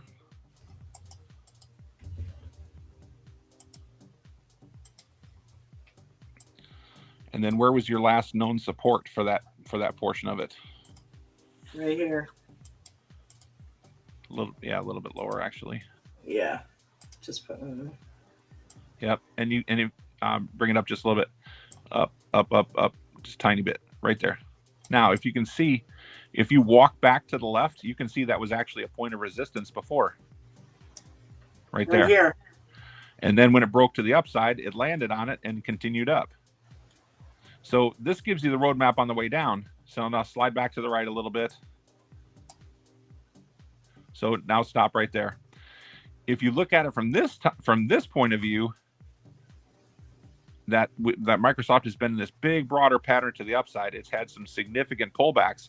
That little bitty section that we just graphed out at the top, doesn't that look like just upper chart volatility now? It does. It looks so little. Yep. It doesn't seem like such a big deal, but those are big moves. Those are $50, $40, $30, $40, $50 moves. And there's a fair amount of chop in there. So if it breaks below and it holds below that line, I mean, look, if you look at the last point of resistance before it launched all the way up there, there's quite a gap to the next level of support from on a 1 year time frame. You take a look at right in there, that whole gap right there. That's a big space because there's no trading activity in there. So if it breaks from a pure charting standpoint, unless something just whipsaws and reverses, which it could, gaps usually get filled in charts. So we're looking at maybe going all the way down to where this is. And look what also is there. What indicator is there? The 200. So your last level of resistance should have some semblance of an area of support. And if that 200 rolls over a little bit, along with the market pulling down, ironically enough, I think that you're going to find that level of resistance, which should now be support, is also going to combine with the 200. Ta-da! Nice. But we shouldn't expect this to happen tomorrow, should we, Paul? No, this takes days and weeks. What do you mean? Oh, wait. I thought Damn it, we I want was it going right to go ahead and away. buy a put on this tomorrow, Paul. But this really, I mean, this could be a 1 day chart, right? Right. The charting always works the same way. Gaps tend to get filled. Upper chart volatility is upper chart volatility. Exactly. If it needs to come back down so look at where this last run originated from. 353, where she just drew the last line way down there. This run originated from 353. Do you think that it has the possibility of pulling back 50% from those highs? Yeah. Yeah. I would put a line at the mean between right here, the last resistance and that 353. Well, the last resistance is all the way up at 559. No. I'm sorry. Last support. I apologize. So if you look at 353, which is where the run originated from, all the way up to that double top at 560, and you pull back about halfway, doesn't she already have a line there? Right here. Ta-da! Oh no, I mean a line. I mean a line between those two, because if you look, it couldn't break. That was a major line at some point. Right. But I'm just saying. Right. So what we've charted out is basically been on a macro scale, upper chart volatility. If it continues to pull, if it can't regain that upper area of consolidation and find new highs, then most likely it's going to want to pull back and retest support. A retest of 50 to 55% would be approximately where that purple line is, which is coincidentally the area of last resistance. And if it goes full circle, it could come all the way back down to 353. Wow. Now, this is over the course of some time. I think this is probably a little bit better than a 1 year time frame. But yeah, I mean, you think about the monster bull run that we've been in for the last year, roughly, and you look at you look at the ranginess of the chart. Charts often want to complete. Sometimes if it's Microsoft used to be a rich man's bank, that stock just used to always go up. There's a lot more jags in it now with retail traders being involved. So if it gets 50 to 55% pullback, it's going to be somewhere between that primary area of resistance that it met the first time on the purple line, and you can see there was two. You can see there were two slightly lower areas of resistance just below the purple line. Yeah, that's right the there. mean Maria's talking about. She wants that line right here because it's that's right there. I want that line there so bad. I'm gonna put it there, babe. It's like making me. I'm gonna I'm put it over here there. rocking back and forth. Oh, put the Because meat in. this Put the this meat in. I feel like they're hanging Richard out there. Dog. Yeah, they're Well, hanging out there. that's the split, and then halfway in between those two areas, you can push that up just a little bit, Yeah, right there. So halfway in between the purple line and that line, and then halfway between the other line. And now it's like, okay, now that you've created the roadmap up, you have the roadmap coming home. mm. Man, this was powerful to get you in person to do this all when we have you is so cool. So just try to train your eyes to start seeing, if you have a whole bunch of lines in your chart, sometimes just clear them all the way out, because Yeah, you only need 4 lines to start every day, and you can always draw your lines back in, and from knowing where something's going to go, if it breaks critical support or resistance areas. I um do it because I've yeah. been watching a lot of your charting videos, and I do that. I have to just clear them all off and then look at the major support and resistance areas. Yep, and you can do those on on the 1 year time frame is the first place to start, the 1 day 1 year time frame, and That's then where you I can go down start. to a 4 hour and a 1 hour and a two That's hour exactly how I do it. and dial them in a little bit tighter. I've been doing the 5 day and the 30 day too. Yeah. So I do we've the 1 year, then the 5 day, 30 day, then the 4 hour. yeah. So when the market starts to correct, we have no idea if some of these are just flushes to try to shake the fleas Mm-hmm. off the dog so it can go higher, Mm-hmm. or if we're actually going to get a stronger pull. And in tech, that's probably closer to 14, 15. Like I would say at least, oh shit, if the S&P pulls 8 to 10% or more, tech usually pulls 20 to 30% or more. In a lot of cases as much as like 50 to 55%. So if just normal charting, it would not surprise me if it comes back to the purple line, not in the slightest.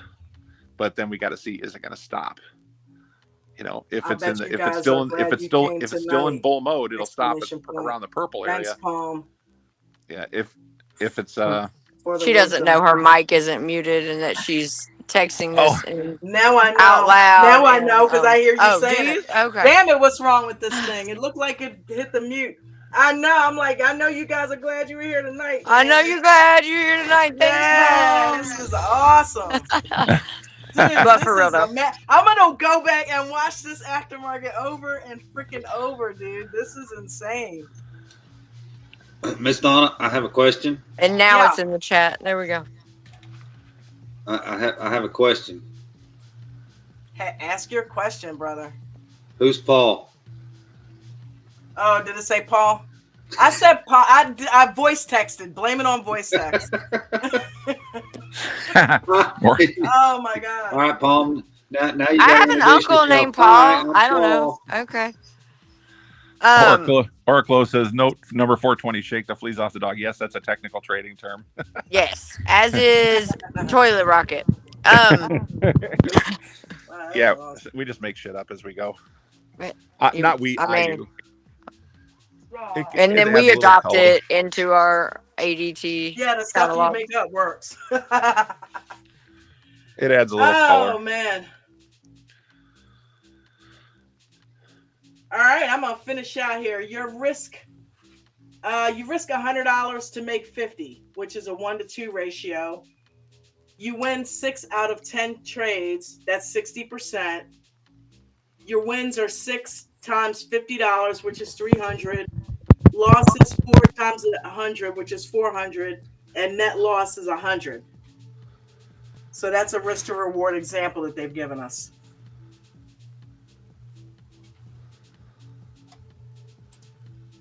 Which is what you don't do. Coin toss. That's what you don't do. We want a 2-to-1, well, preferably 3-to-1. But yeah, at least 2-to-1.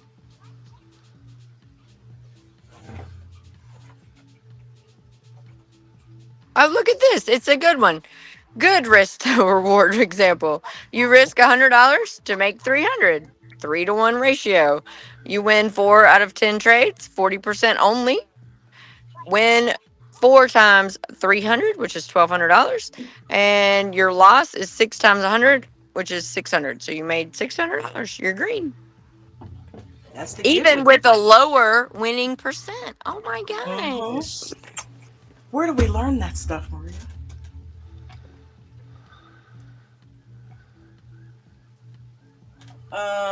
Where did my next go? Well, I don't know what all this is going on about. I'm 100% win ratio. 100%. Yeah. 100% full of crap. Oh, sorry. Yeah.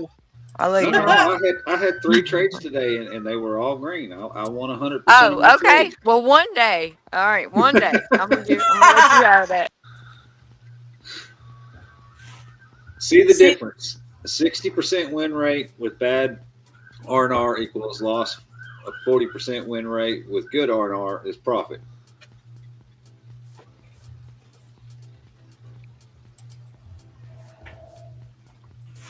the minimum standard, never take a trade with less than a 2-to-1 risk reward ratio. Ideally, aim for 3-to-1. That's what Maria just said. How to calculate before entry. Okay, I need to write this down.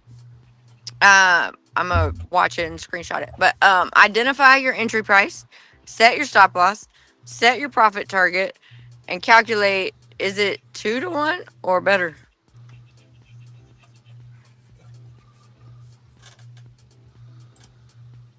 Real example. Entry $50, stop loss 48, risk is $2. Target $56, reward is $6. R&R 6 divided by 2 equals 3-to-1. Good trade. Yes, let's do Yeah, that. all day long and twice on Sunday. Bad example. Entry is $50. Stop loss is $45. You're risking $5. Your risk is $5. Target $53. Reward $3. Risk to reward ratio $3 divided by $5 equals a point 0.6-to-1. That's a bad trade.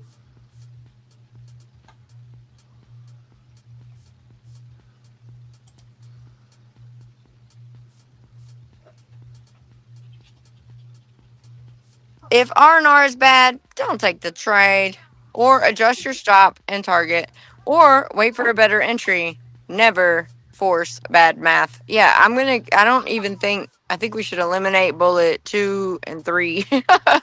Right? But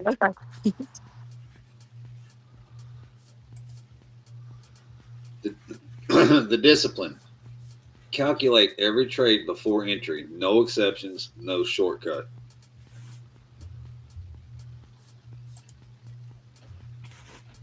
Why traders ignore this? Number one, they're lazy. Coach was yelling at us this morning. Stop being lazy. They're emotional. They've got FOMO.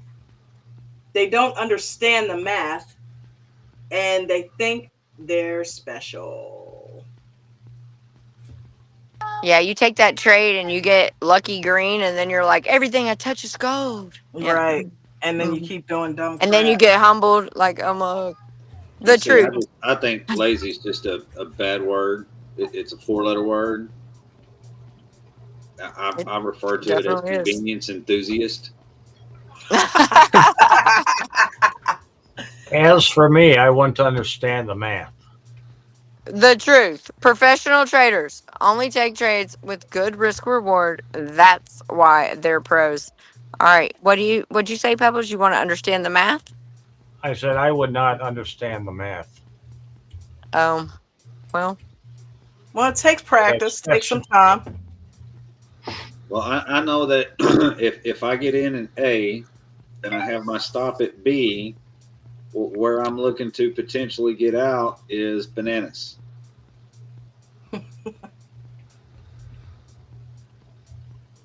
Anybody else understand it? All right, combined with win rate. 50% win rate plus a 2-to-1 is profitable. 40% win rate with 3-to-1 is profitable. 60% win rate with a 1-to-1 is break even. Math doesn't lie. math always be mathin'. So, well, Mm-hmm. that's the point of my example. That's how good I am at the math. So don't feel bad, Pebbles. Add this to your checklist. I don't. Before every trade, what is my risk? What's my reward? Is it 1 to 2, or excuse me, 2 to 1 or better? Pebbles, we gonna let you talk now. Go ahead. Well, that's okay. I mean, I was green today, so. All right. In fact, I just took my profit on the video. Sweet. Okay, look at you. Huh? Well, I Yeah, said, look at you. You're don't doing want to let awesome. nobody talk. She's just, she's trying to rush this along. I went in just right at almost at the bell and bought my Nvidia, and then I just took it out. Wait a minute, James, shut up, dude. Seriously? Now I Like don't know what? what my risk reward is. I have no idea. It's all good. Don't let the math scare you. But it's all green, so I don't care. Well, Yeah. and now I have a question in that, Pebbles. You said you bought at the bell, so you're talking about shares, yes? Shares, yeah. Okay. That's, to me, in my mind, and y'all can tell me if I'm wrong, that's even better. Oh yeah. The math is a lot simpler on that because it's Absolutely. 1 to 1. Right. But did you buy MVDL or MVDA? NVDA. Woo, you got that rich blood. Okay. Okay. Well, the problem is I only bought one share. I'm playing with you. Still. Okay, so check out NVDL when you want to play it next time. In what? NVDL. Just replace the A with an L. NVDL. Okay. Yeah, it's a 2x leverage, so you're going to spend a lot less to get it, and you're going to move twice as much. Okay. Thank you. And coincidentally, if it goes against you, you lose twice as fast. But Right. That's when you play NVDX. Well, that's why I have to stop. yeah, so this would I have had been a it in perfect. place. This would have been an amazing NVDL trade. Well, unfortunately, even if you had to stop Pebbles in the aftermarket, it wouldn't trigger. Right. Oh, really? Okay. Yeah. Hmm. You knew that, Pebbles, right?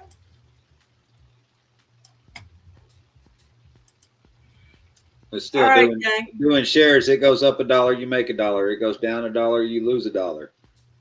Right. There's no, I mean, that's the math is simple that way. There's no Greeks or anything to mess up the calculation and percentages and Delta and yeah. Your turn. Do you calculate risk reward before entering? What's your minimum ratio? And please share.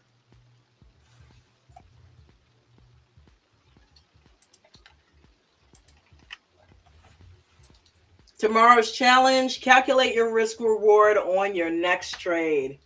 If it's not 2 to 1 or better, don't take it.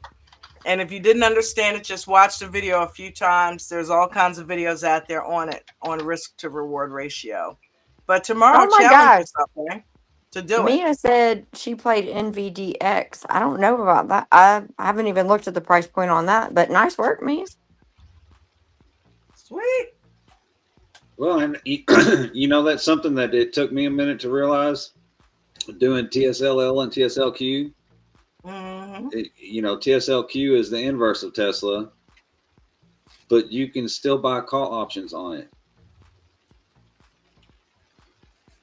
If you're Right. doing Is there any open interest in the queue?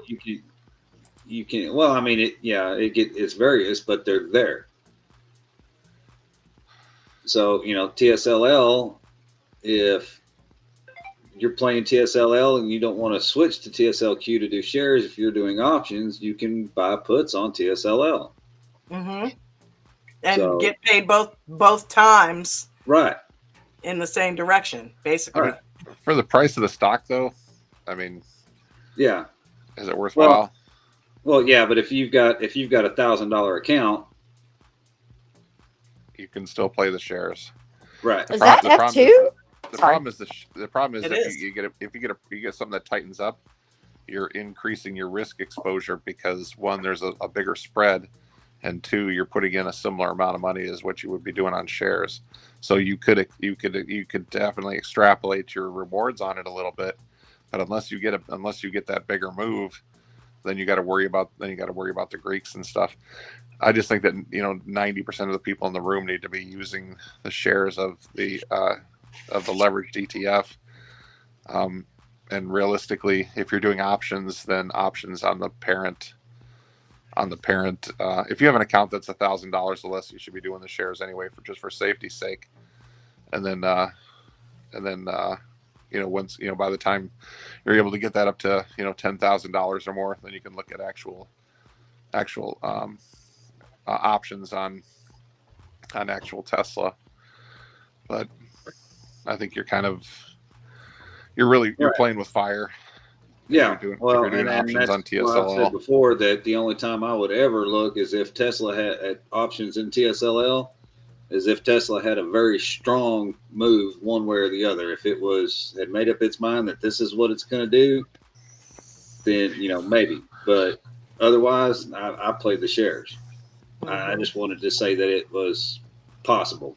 Yeah, you're gonna get. Yeah, you're definitely. I mean, there's a lot of stuff with options, but yeah, I would if you're accomplished with options, then you want to be doing that on the parent stock, because you're kind of taking. Anyway, it's just.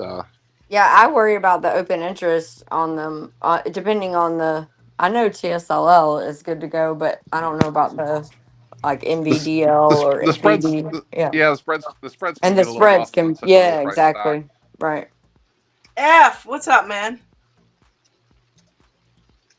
What's up? I'm just working a little bit and running a little bit later than normal, and wanted to come and join my party people here. So Welcome to the holidays. Working later. Sorry. no kidding. If you're in restaurant or retail, I'm telling you, this time of year, I remember one of my first jobs was at Circuit City, and oh my God, Christmas time. Woo! Long hours. Good money, though. Really good money. That's the first time I ever saw a comma in my check. But yeah, it was awesome. Good Did times. you get to trade? Did you get to trade this morning, F2? I did. Nice. Took advantage of some of that Apple goodness. I did. Apple had a I giant jump, didn't it? played the upside and got it a little on the downside too, a little bit. So. Nice. Sweet. A twofer. Two for effort. Remember this, gang. You don't need to be right all the time. You just need to have the math on your side. And I want to thank everybody for being here. All my panel guests, everybody down in the chat. You guys are amazing. Don, were you able ever to schedule those other two people into mastermind shows in the future? I did not hear from the one. I did hear from Max, and he said he had to kick it around. Okay. When he could make it.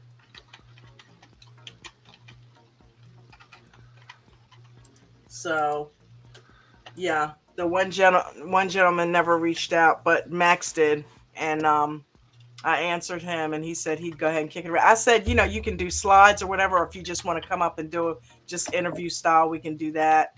And he said he wanted to kick it around and get back to me. So, yeah, just let him come on and talk a little bit. Yeah. Initially, if I don't think they're going to compose PowerPoint presentations or nothing, but just Max had a great day yesterday. Did y'all see that? Oh my! Yeah. He's been killing it.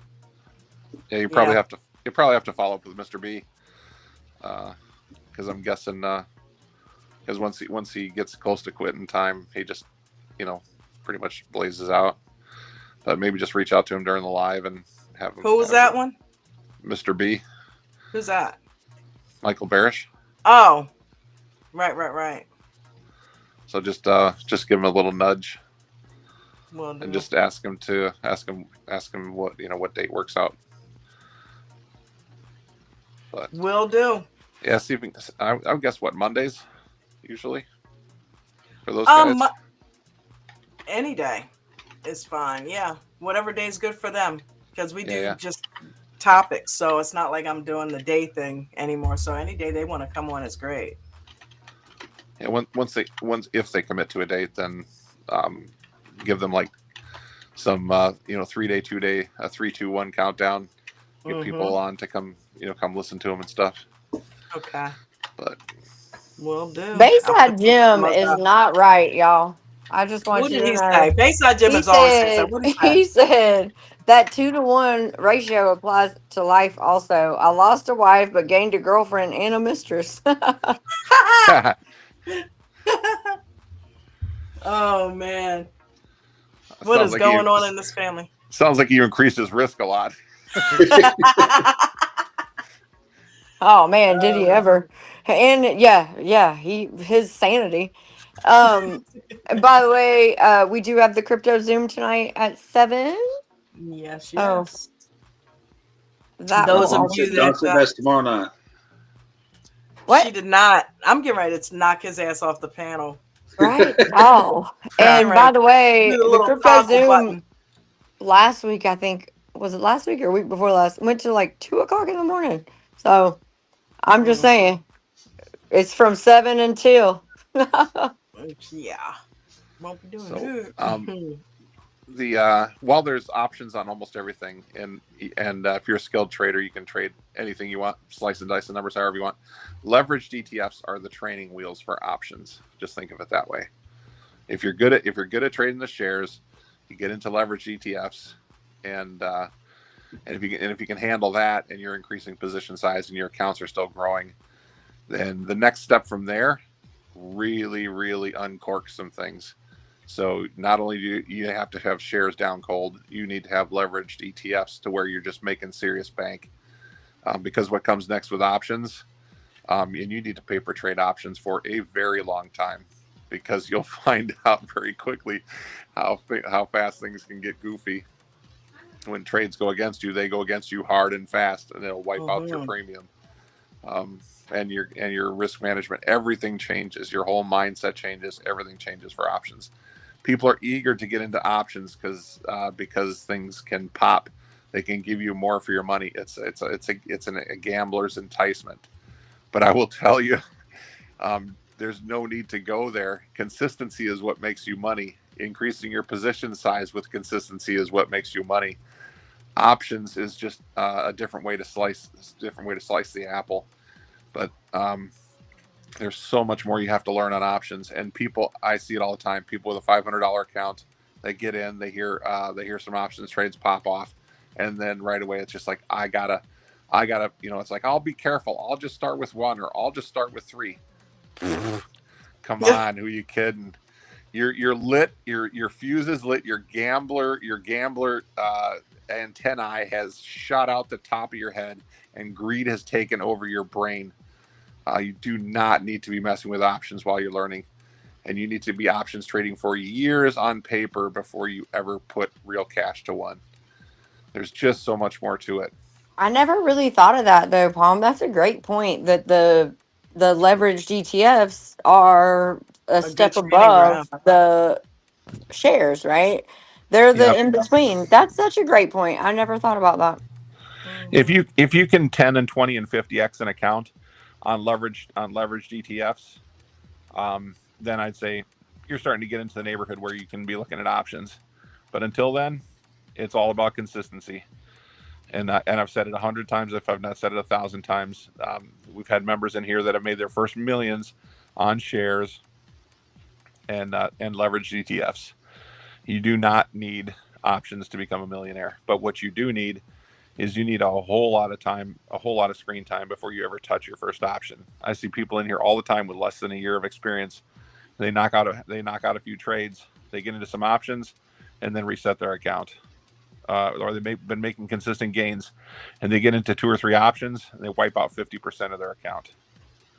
So, um, Yeah, so and we if you had don't, a member today asking me about futures instead of options because of theta, and I was like, if theta is your problem, I don't know. It's just so tough, right? To be like, oh yeah, futures is is better because there's no Greeks. It's not better. You need to get consistent with what you're Yeah, doing the before you. volatility is a little Yeah, you worse. can't just change vehicles or you know what I mean. If you have a bad day with options, it'll wipe out your premium. If you have a bad day in futures, you can run your account negative. Mm-hmm. So you really got to know what you're doing. You can't have any hopium. You can't be staying in things too long, and hoping that things will bounce. And God forbid, hoping that things bounce the next day and then it doesn't, and then 7 days later, and then you basically get a margin call and your account's not only wiped out, but you're in the red. So no, hands off. I mean, I understand why people do it, and I know that my saying this won't keep people from doing it. You're just going to have to keep blowing up your account until the words that I'm saying will ring true in your head. You and just to prove the point, I started with a $4 account going back 7 weeks ago, and the account is $460 now. So Nice. Nice. that's over 8,000%, Yeah. and there's only probably 10 options trades in there, but a lot of it was consistently hitting with shares and then amplifying the number of shares and then graduating into leveraged ETFs and stuff. So there is a combination in there. But even if I take the options trades out of it, it's still somewhere around a 3,000% gain.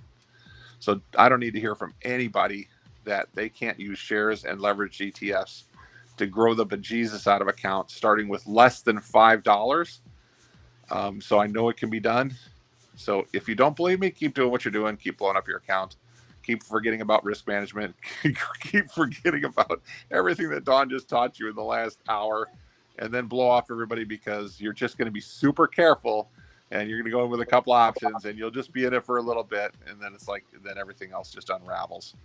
So So, Palm, this is going to sound crazy, and you can just say, nope, not going to do it. But would you be willing to share your trading history on that account? At least, like in the beginning, maybe like for the first 2 weeks.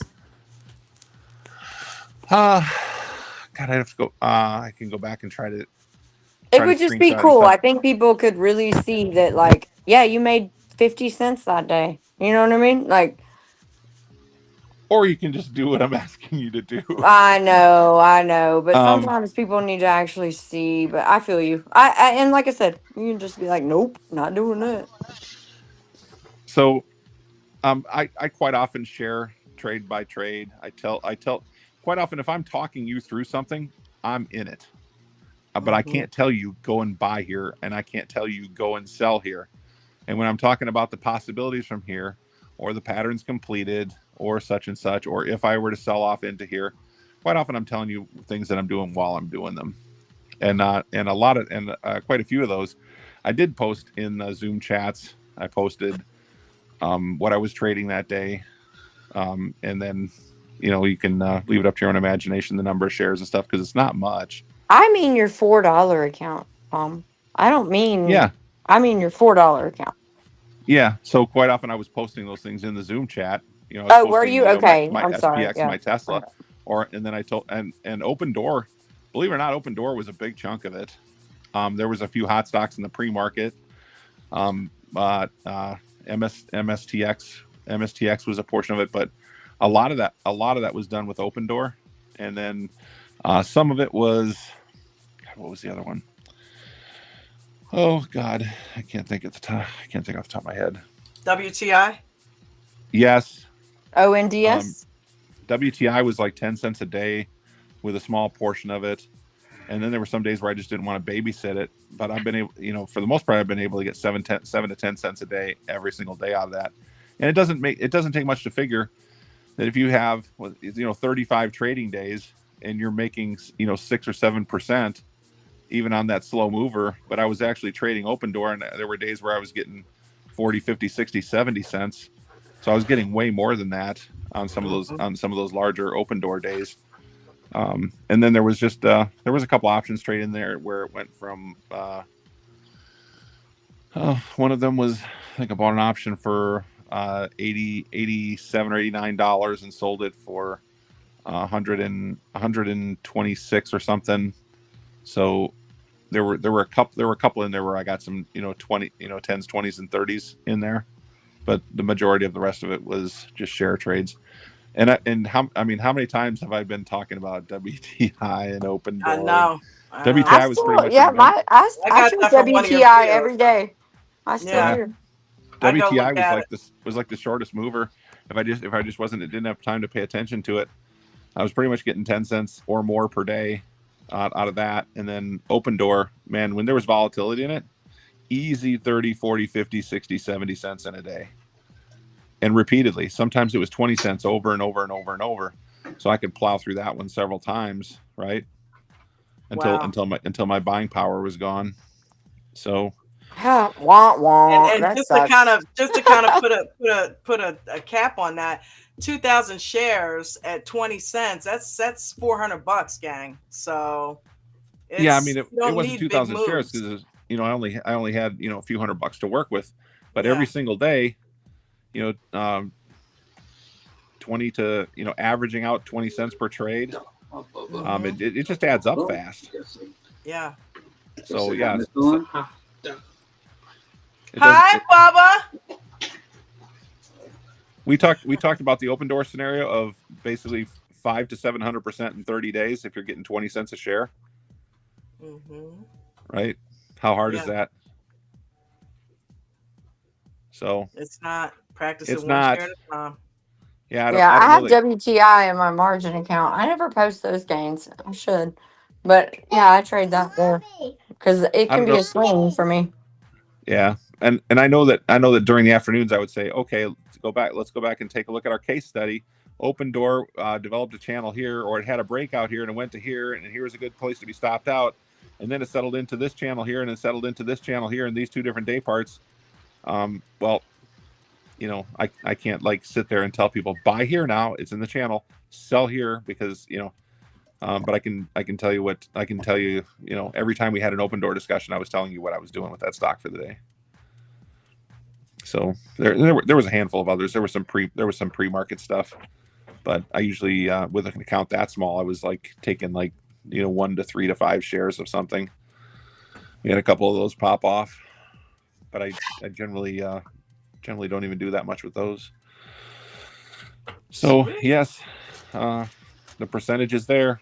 If you are consistent and you are not trying to swing for the fences every single time, and you're okay with 20 cents a share on a $5 to $6 to $7 to $8 stock, and over the course of 90 days, if you're not greedy, and we figured if you get half of what was available, we figured 5 to 700% in 90 days, right? In the one scenario, and then potentially double that if you were really on your game.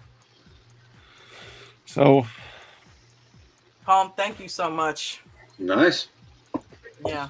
That was awesome. Question, actually, and a noticeable acknowledgement. I'm sure y'all have seen Season of Rain in the Traders Lounge.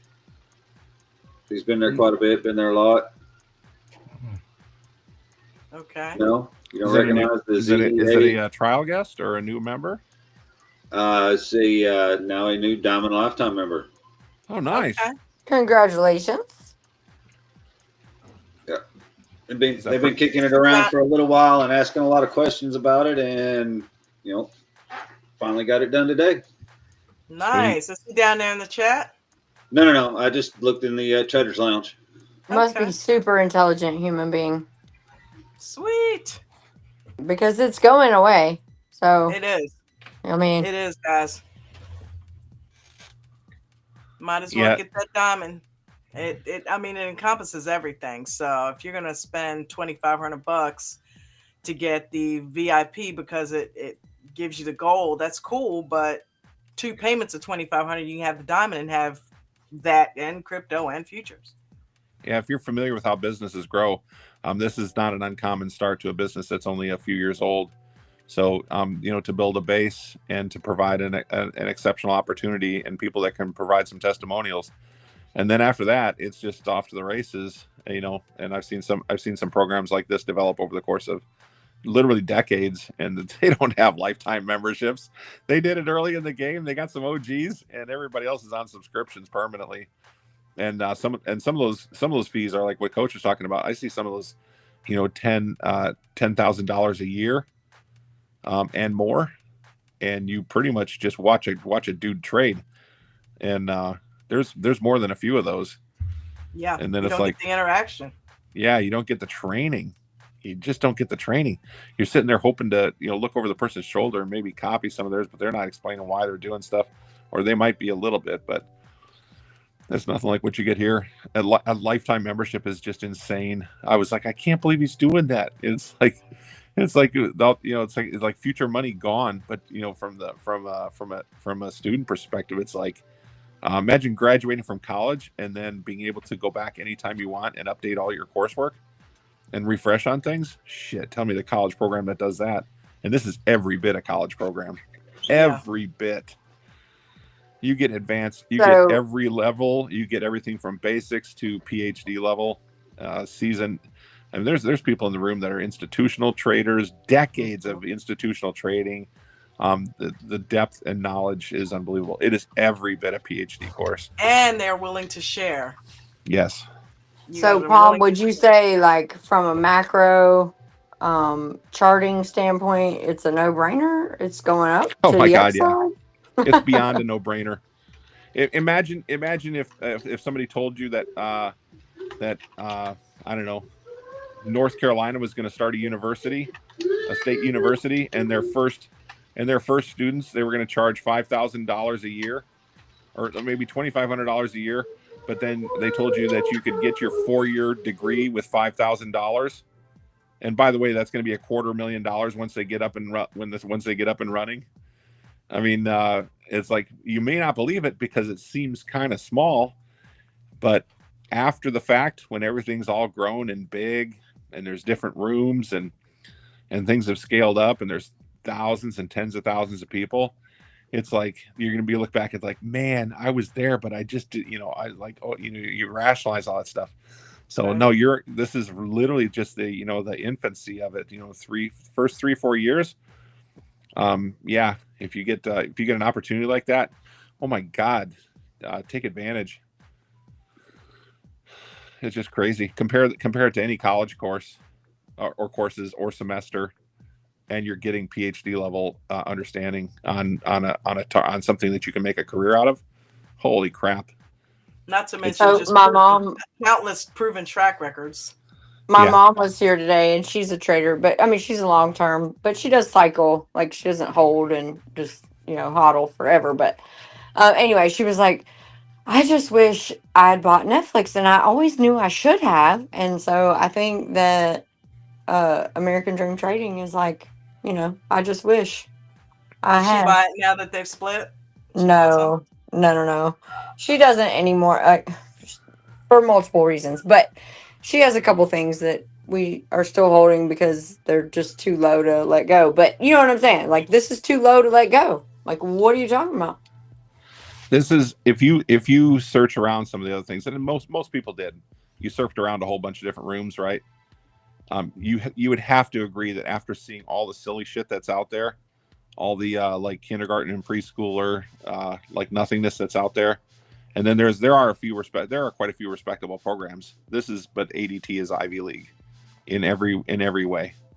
The depth and thoroughness, the quality and of the educators, the professors, the moderators, whatever you will. This is definitely Ivy League for stock trading. I'm not aware of. I went to business school. You can't get anything close to this for stock market education. There is no 2-year program. No, you're absolutely right. And the other night, the other day I heard you say college just teaches you, or just shows you know how to learn, right? It doesn't. When I went to college, I have 4 degrees, and I didn't learn how to teach, or I didn't learn how to be a principal. I learned how to learn, and then everything else is on the job. This is on the job university, which is something you'll never find in a college or any type of educational program.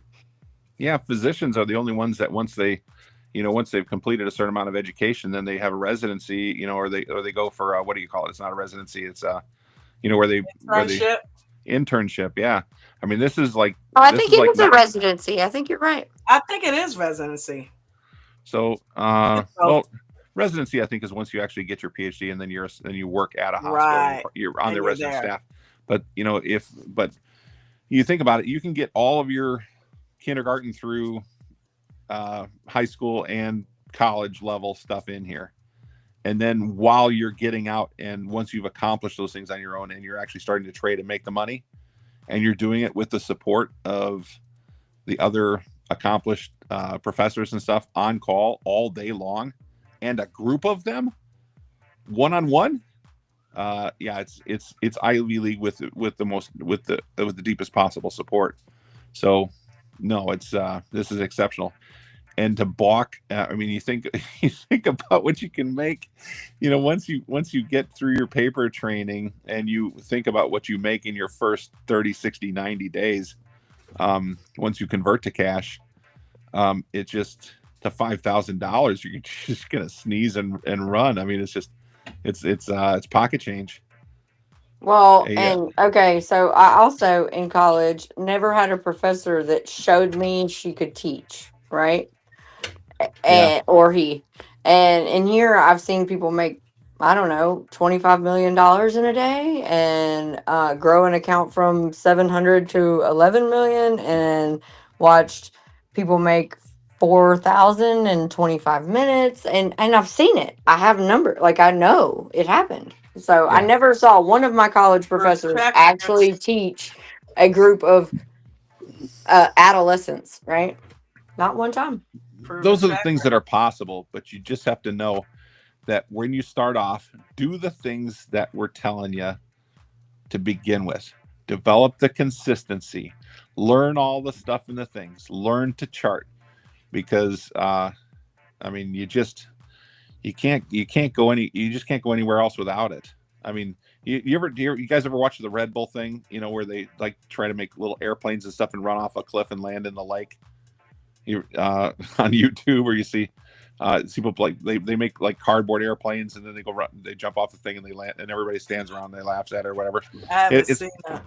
Yeah, so it's like it's kind of like if you were to just like, hey, I found some stock market trading and I'm going to strap on some cardboard wings. I'm going to run off this cliff and then hope I can fly over the lake. Well, you're going to splash down an awful lot, and then you're going to figure out how to develop a better airplane and stuff. Your education goes the same way. You can't just take that flying leap, or you're going to get splashed a lot. So, do the things, develop the consistency, grow over the course of time. And the other things, those are just basically the proof that it works. So that if you do the things that we say and do them in the way that we're telling you, eventually that could be you. If you have the ability, if you can prove it out. Not everybody's going to succeed. But if you can and you find it, holy balls. F2, is it possible to make 100 grand in a day? It is very possible, sir. It's very possible to repeat yourself several times. Yeah. So the 5 grand a day, is that like a big concern after a few years, like for paying for your education? No, I would pay it. I would definitely pay it again. Yep. It's pretty incredible stuff. So anyway, I'm sorry. I kind of bombarded my way in here, and I was like, man, are you kidding me? Don't ever apologize. I know, right? We are blessed to have that training in here tonight. Thank you for hanging out as long as you have, and just giving us everything tonight. This was awesome. It's just like James apologizing this morning for not knowing something. And it's like, no, we're all a community. We are blessed to have every one of us. And we all have strengths and weaknesses. But guess what we do? Fill in the gaps for each other, and it all works out. I really hope, and the goal, and I really hope to be able to pass that along in some way, so that the next person finds it, and then the next person, and then they take it and share it with somebody. The most selfish thing you could do is be given a gift and then put it under a bushel, under a basket, and then hide it.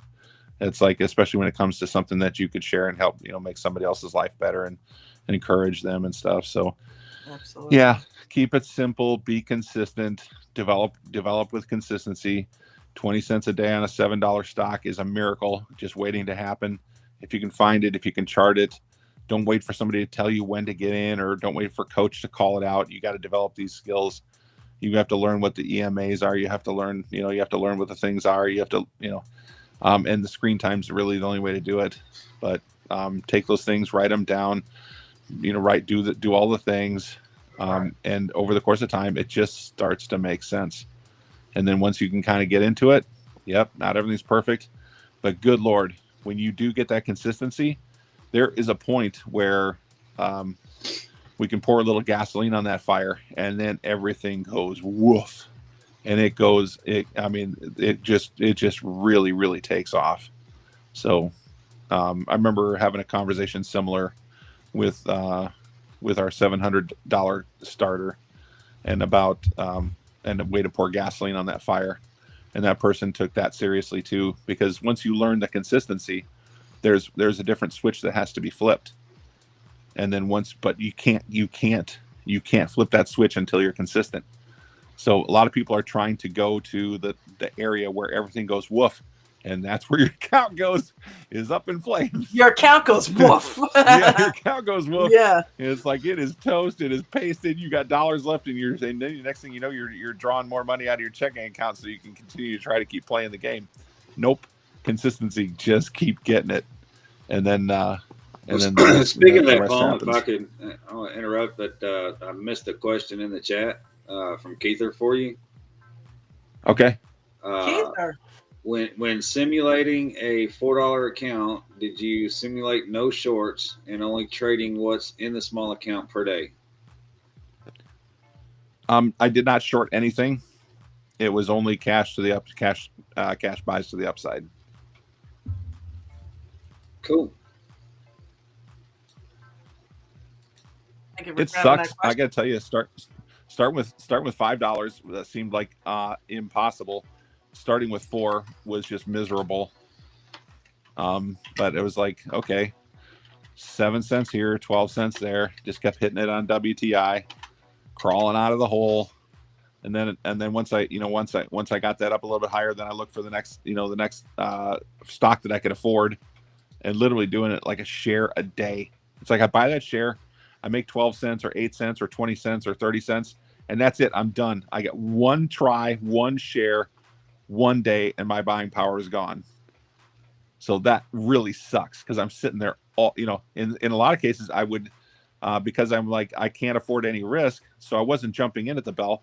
I'd wait until the middle of the day when channels had kind of set themselves, and then I'd try to find the best opportunity in one of those channels or in one of those ranges. And I would just get in, I get my green, and I get out, and one trade, that's it. And then once I got to the point where I had $20 or $30, I'm like, oh, I'm rich. I can do 3 trades today. I got like $6 I can do 3 times. I'm like, that's like, I can do 3 open door trades today. And it's like, I was like so happy by the time I started rounding out $20, and I'm like, oh my God, I made 50 or 60 or 70 cents. And it's like, okay, now things are picking up, So yeah, it's tough. I don't recommend starting with $4, but it will make you humble, and it will make you, be conservative. But if you have a $500 account, and you're working with, say, $50 of that, for a day, or maybe you're taking some $25 trades. I mean, that's pretty much the basket that you're in, right? You get into a stock that's got, $7, $8, $10, $15. Maybe you're taking five shares of open door, and you're doing it maybe 10 times in a day, but you're hitting your 20 cents. It adds up. That's dollars, right? And it just keeps going. So you just want the movement. But yeah, I mean, stay consistent. Oh my God, if there's one thing I could tattoo on every trader's forehead before they ever start, it's like all you're looking to do is get in, get green, get out. That's the easiest one, right? And then gain consistency. That's the foundation to the rest of your world. Sir, that is definitely something that set in deep with me, is the get green and get out. That's where I started started rebuilding my account with 5 cent day green day, 40 cent green day, $1 green day, 10 cent green day. Get in, get green, and get perfect. That is perfection. And We had a challenge a long time ago, 1% in a day. We're hearing all these 2, 3, 50, 80, 100, 120 percenters. And there was a trader probably close to a year ago that just dialed back the goals, tried to hit that 1% a day. Got in, got green, get out, and then that person was knocking down 1,000, 5,000, 10,000, 40,000, 60,000, 100, $130,000. And it's like, it wasn't so much that the person needed to make 1% every day permanently, but that person gained the consistency that they needed and the confidence in entries. And then the next thing is, then those position sizes and everything started to grow. The person could stay in trades longer. And then, anybody know anybody like that? I think we do. I think we do too. He's a great guy. Maybe. I don't know about great heart, great personality. He's all just right. a truly wonderful guy. Yep. So glad to know him. Although he doesn't like it if you say, that. Don't even go there. Don't. Don't wreck the ice cream cone. Don't mess with his group, man. Or the lead singer of that group. Nice. I just have one question. What is that, Pebbles?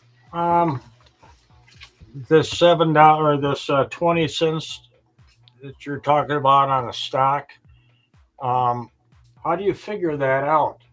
Do you take the a daily and takes 10 days in a row and do the average of what the stock did that day? Or well, if you look at a given stock, and if it's got decent amount of movement, that particular stock was having anywhere from probably 35 cents in different channels on up to 85 cents or even $1 move in a day. So conservatively, the worst days it was having was like 27 to 35 cents. Just off of support areas, and it would do it repeatedly throughout the course of a day. So sometimes it might be 12, sometimes it might be 30, sometimes it might be 20 or 25. But if you're getting in there, and if you have potentially 7 to 10 trades to make with a smaller account or any size account, you continue to capture whatever channels or whatever the setup is. And then get in, get green, get out, whatever it gives you. I think on the slowest of days it was at least 27 cents worth of range, so it was just a matter of looking for the right setup. Let's face it, if a stock, most stocks are not going to just go from $7 to $8 and then stick within 5 or 6 cents. They just don't do it. And if you got a stock that moves a lot, and that one does have significant movement. Take a look at what the bell to bell high and low is, and then off of its support areas, look at the moves off of support, or find the channels off of support. There's very few days where that one went down so far. I don't think it really had any pancake landing days, but if it did, maybe you just made a little bit that day, and other days you might have made 30 or 40 cents. So look at the range of movement for a stock in a day. See how much you can capture. That's the basic charting. How much does a stock move in a day? Okay. If it only moves 7 or 8 cents, why bother? Right. But if you've got a $6, $7, $8, $9 stock that moves consistently, 50, 60, 70 cents in a day, chances are pretty good you're going to be able to capture some of that. And that's why TSLL and TSLQ are such a gift, because by the time you're able to make, a $20 trade, those things move a lot. I mean, they move, 70, 80 cents in a day, right? Sometimes a couple dollars. Yeah, TSLQ the other day, when Tesla was pulling, Tesla had dipped down $20, dipped down to like 380, and then it went up to 425. TSLQ, I think, had almost $2.80 worth of movement. If you didn't trade it well, you caught $1 of it. Like if you left most of it on the table, you got $1 out of TSLQ that day. That's phenomenal. So That's why I like those for people that want to trade both ways, TSL and TSLQ. Open door if you're just trading one side. That's great for small accounts and just learning how to get in, get green, get out. Right? TSL, TSLQ. When you advance and kind of put your big boy and big girl pants on, trade it both ways. Capture broader range of movement. You have a few dollars by the time you got a couple $100 in your account. It's just consistency. The rest of it, we know what to do with you. We know what to do with you when you get when you get that consistency. We know how to help you further because everything inside you is where it needs to be. By the way, you've received 100 messages today with Restream chat. Good activity today. Very, very good. Nice. Anyway, I've kept you way past bedtime. I am so sorry. Oh, it's good. Anyway, it's good. That was needed. That was needed. We'll see you all. We'll see you all in the morning. Anybody got anything Thanks, else to add Paul. before we get out? Just stay consistent. Be one step at a time and small hits. Don't knock it out of the park. That'll come. Just get on base. Thank you all. I like that. Thank you, Paul. Cool. Thank you, everybody, for being here. Thank you guys down in the chat for all the interactions, the questions you've asked, the answers you've given. James, Maria, F, Pebbles, Palm, thank you so much for everything. I'm going to go ahead and end with Coach's Rules like we normally do. And do me a favor and head over in the Traders Lounge. If you found value in tonight's show, go ahead over there and let everybody know what you got in here tonight. And I'm going to make a promo about it. And I'm working on a video now for Coach where I'm kind of making a commercial, and part of this is going in there. I got to tell you. So thank you for the content as well. Yeah, head over to the Traders Lounge. If you're a premium member, head over to the Premium Lounge. Go and pump the shit out of this so that other people know that they can come in here and get some of the golden goodness that they need to find some success in life. But go hit those Traders Lounges right away and do it some justice. Thanks, guys. Good night. Have a good night, everybody. Peace and blessings. Good night. You guys remember all the rules. You must follow all of them, not some. You don't get to sprinkle in your own and leave mine out. You must follow all the rules. Always have a stop loss in each and every trade. If you're a new trader, make sure you are simulate trading only using a paper account. I don't want anybody losing their money while you are in training. Make sure you guys are using small position sizes. This will allow you to let those runners run and stop out the losers. Again, stops on every trade, regardless of shares, options, futures, or crypto. Make sure you guys are journaling every single day. It's one of the most important pieces of what we do on top of the risk management so that you can help assess what you are doing and make the changes that you need to do. Don't trade in the first 30 minutes or the last hour of the day if you're a new trader. And if you are an experienced trader, please be careful the first 3 minutes or the last 8 minutes of the trading day.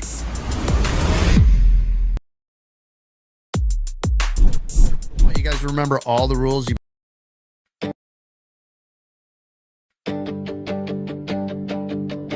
I was stuck in the cycle, just spinning my wheels, chasing time, losing sleep, forgetting how to feel.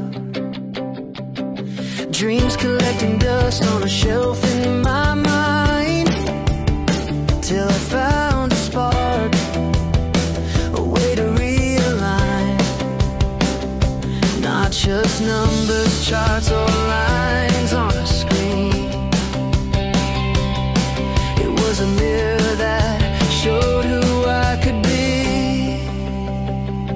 American dream train, you opened the door, gave me the tools, now I'm asking for more. No more waiting for life to decide. You gave me the pen so I can rewrite. From fear to focus, from doubt to drive, I found my strength, now I'm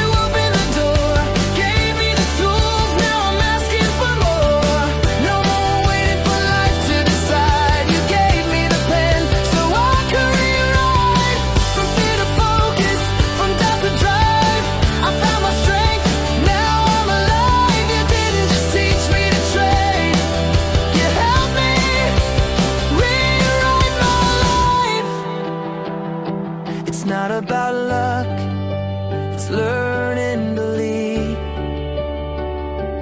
turning every loss into a seed. Now I grow with every rise and fall, standing tall, no dreams too small. American dream being traded, you show me the way, turn my dark into light, my night into day. Now I'm writing my future in my own hand, with purpose, with power, with a brand new plan. From stuck to soaring, from fear to flight, you help me rewrite my life. Yeah, I'm trading more than stocks, I'm trading pain for pride. Thanks to the dream, now rewrite my life.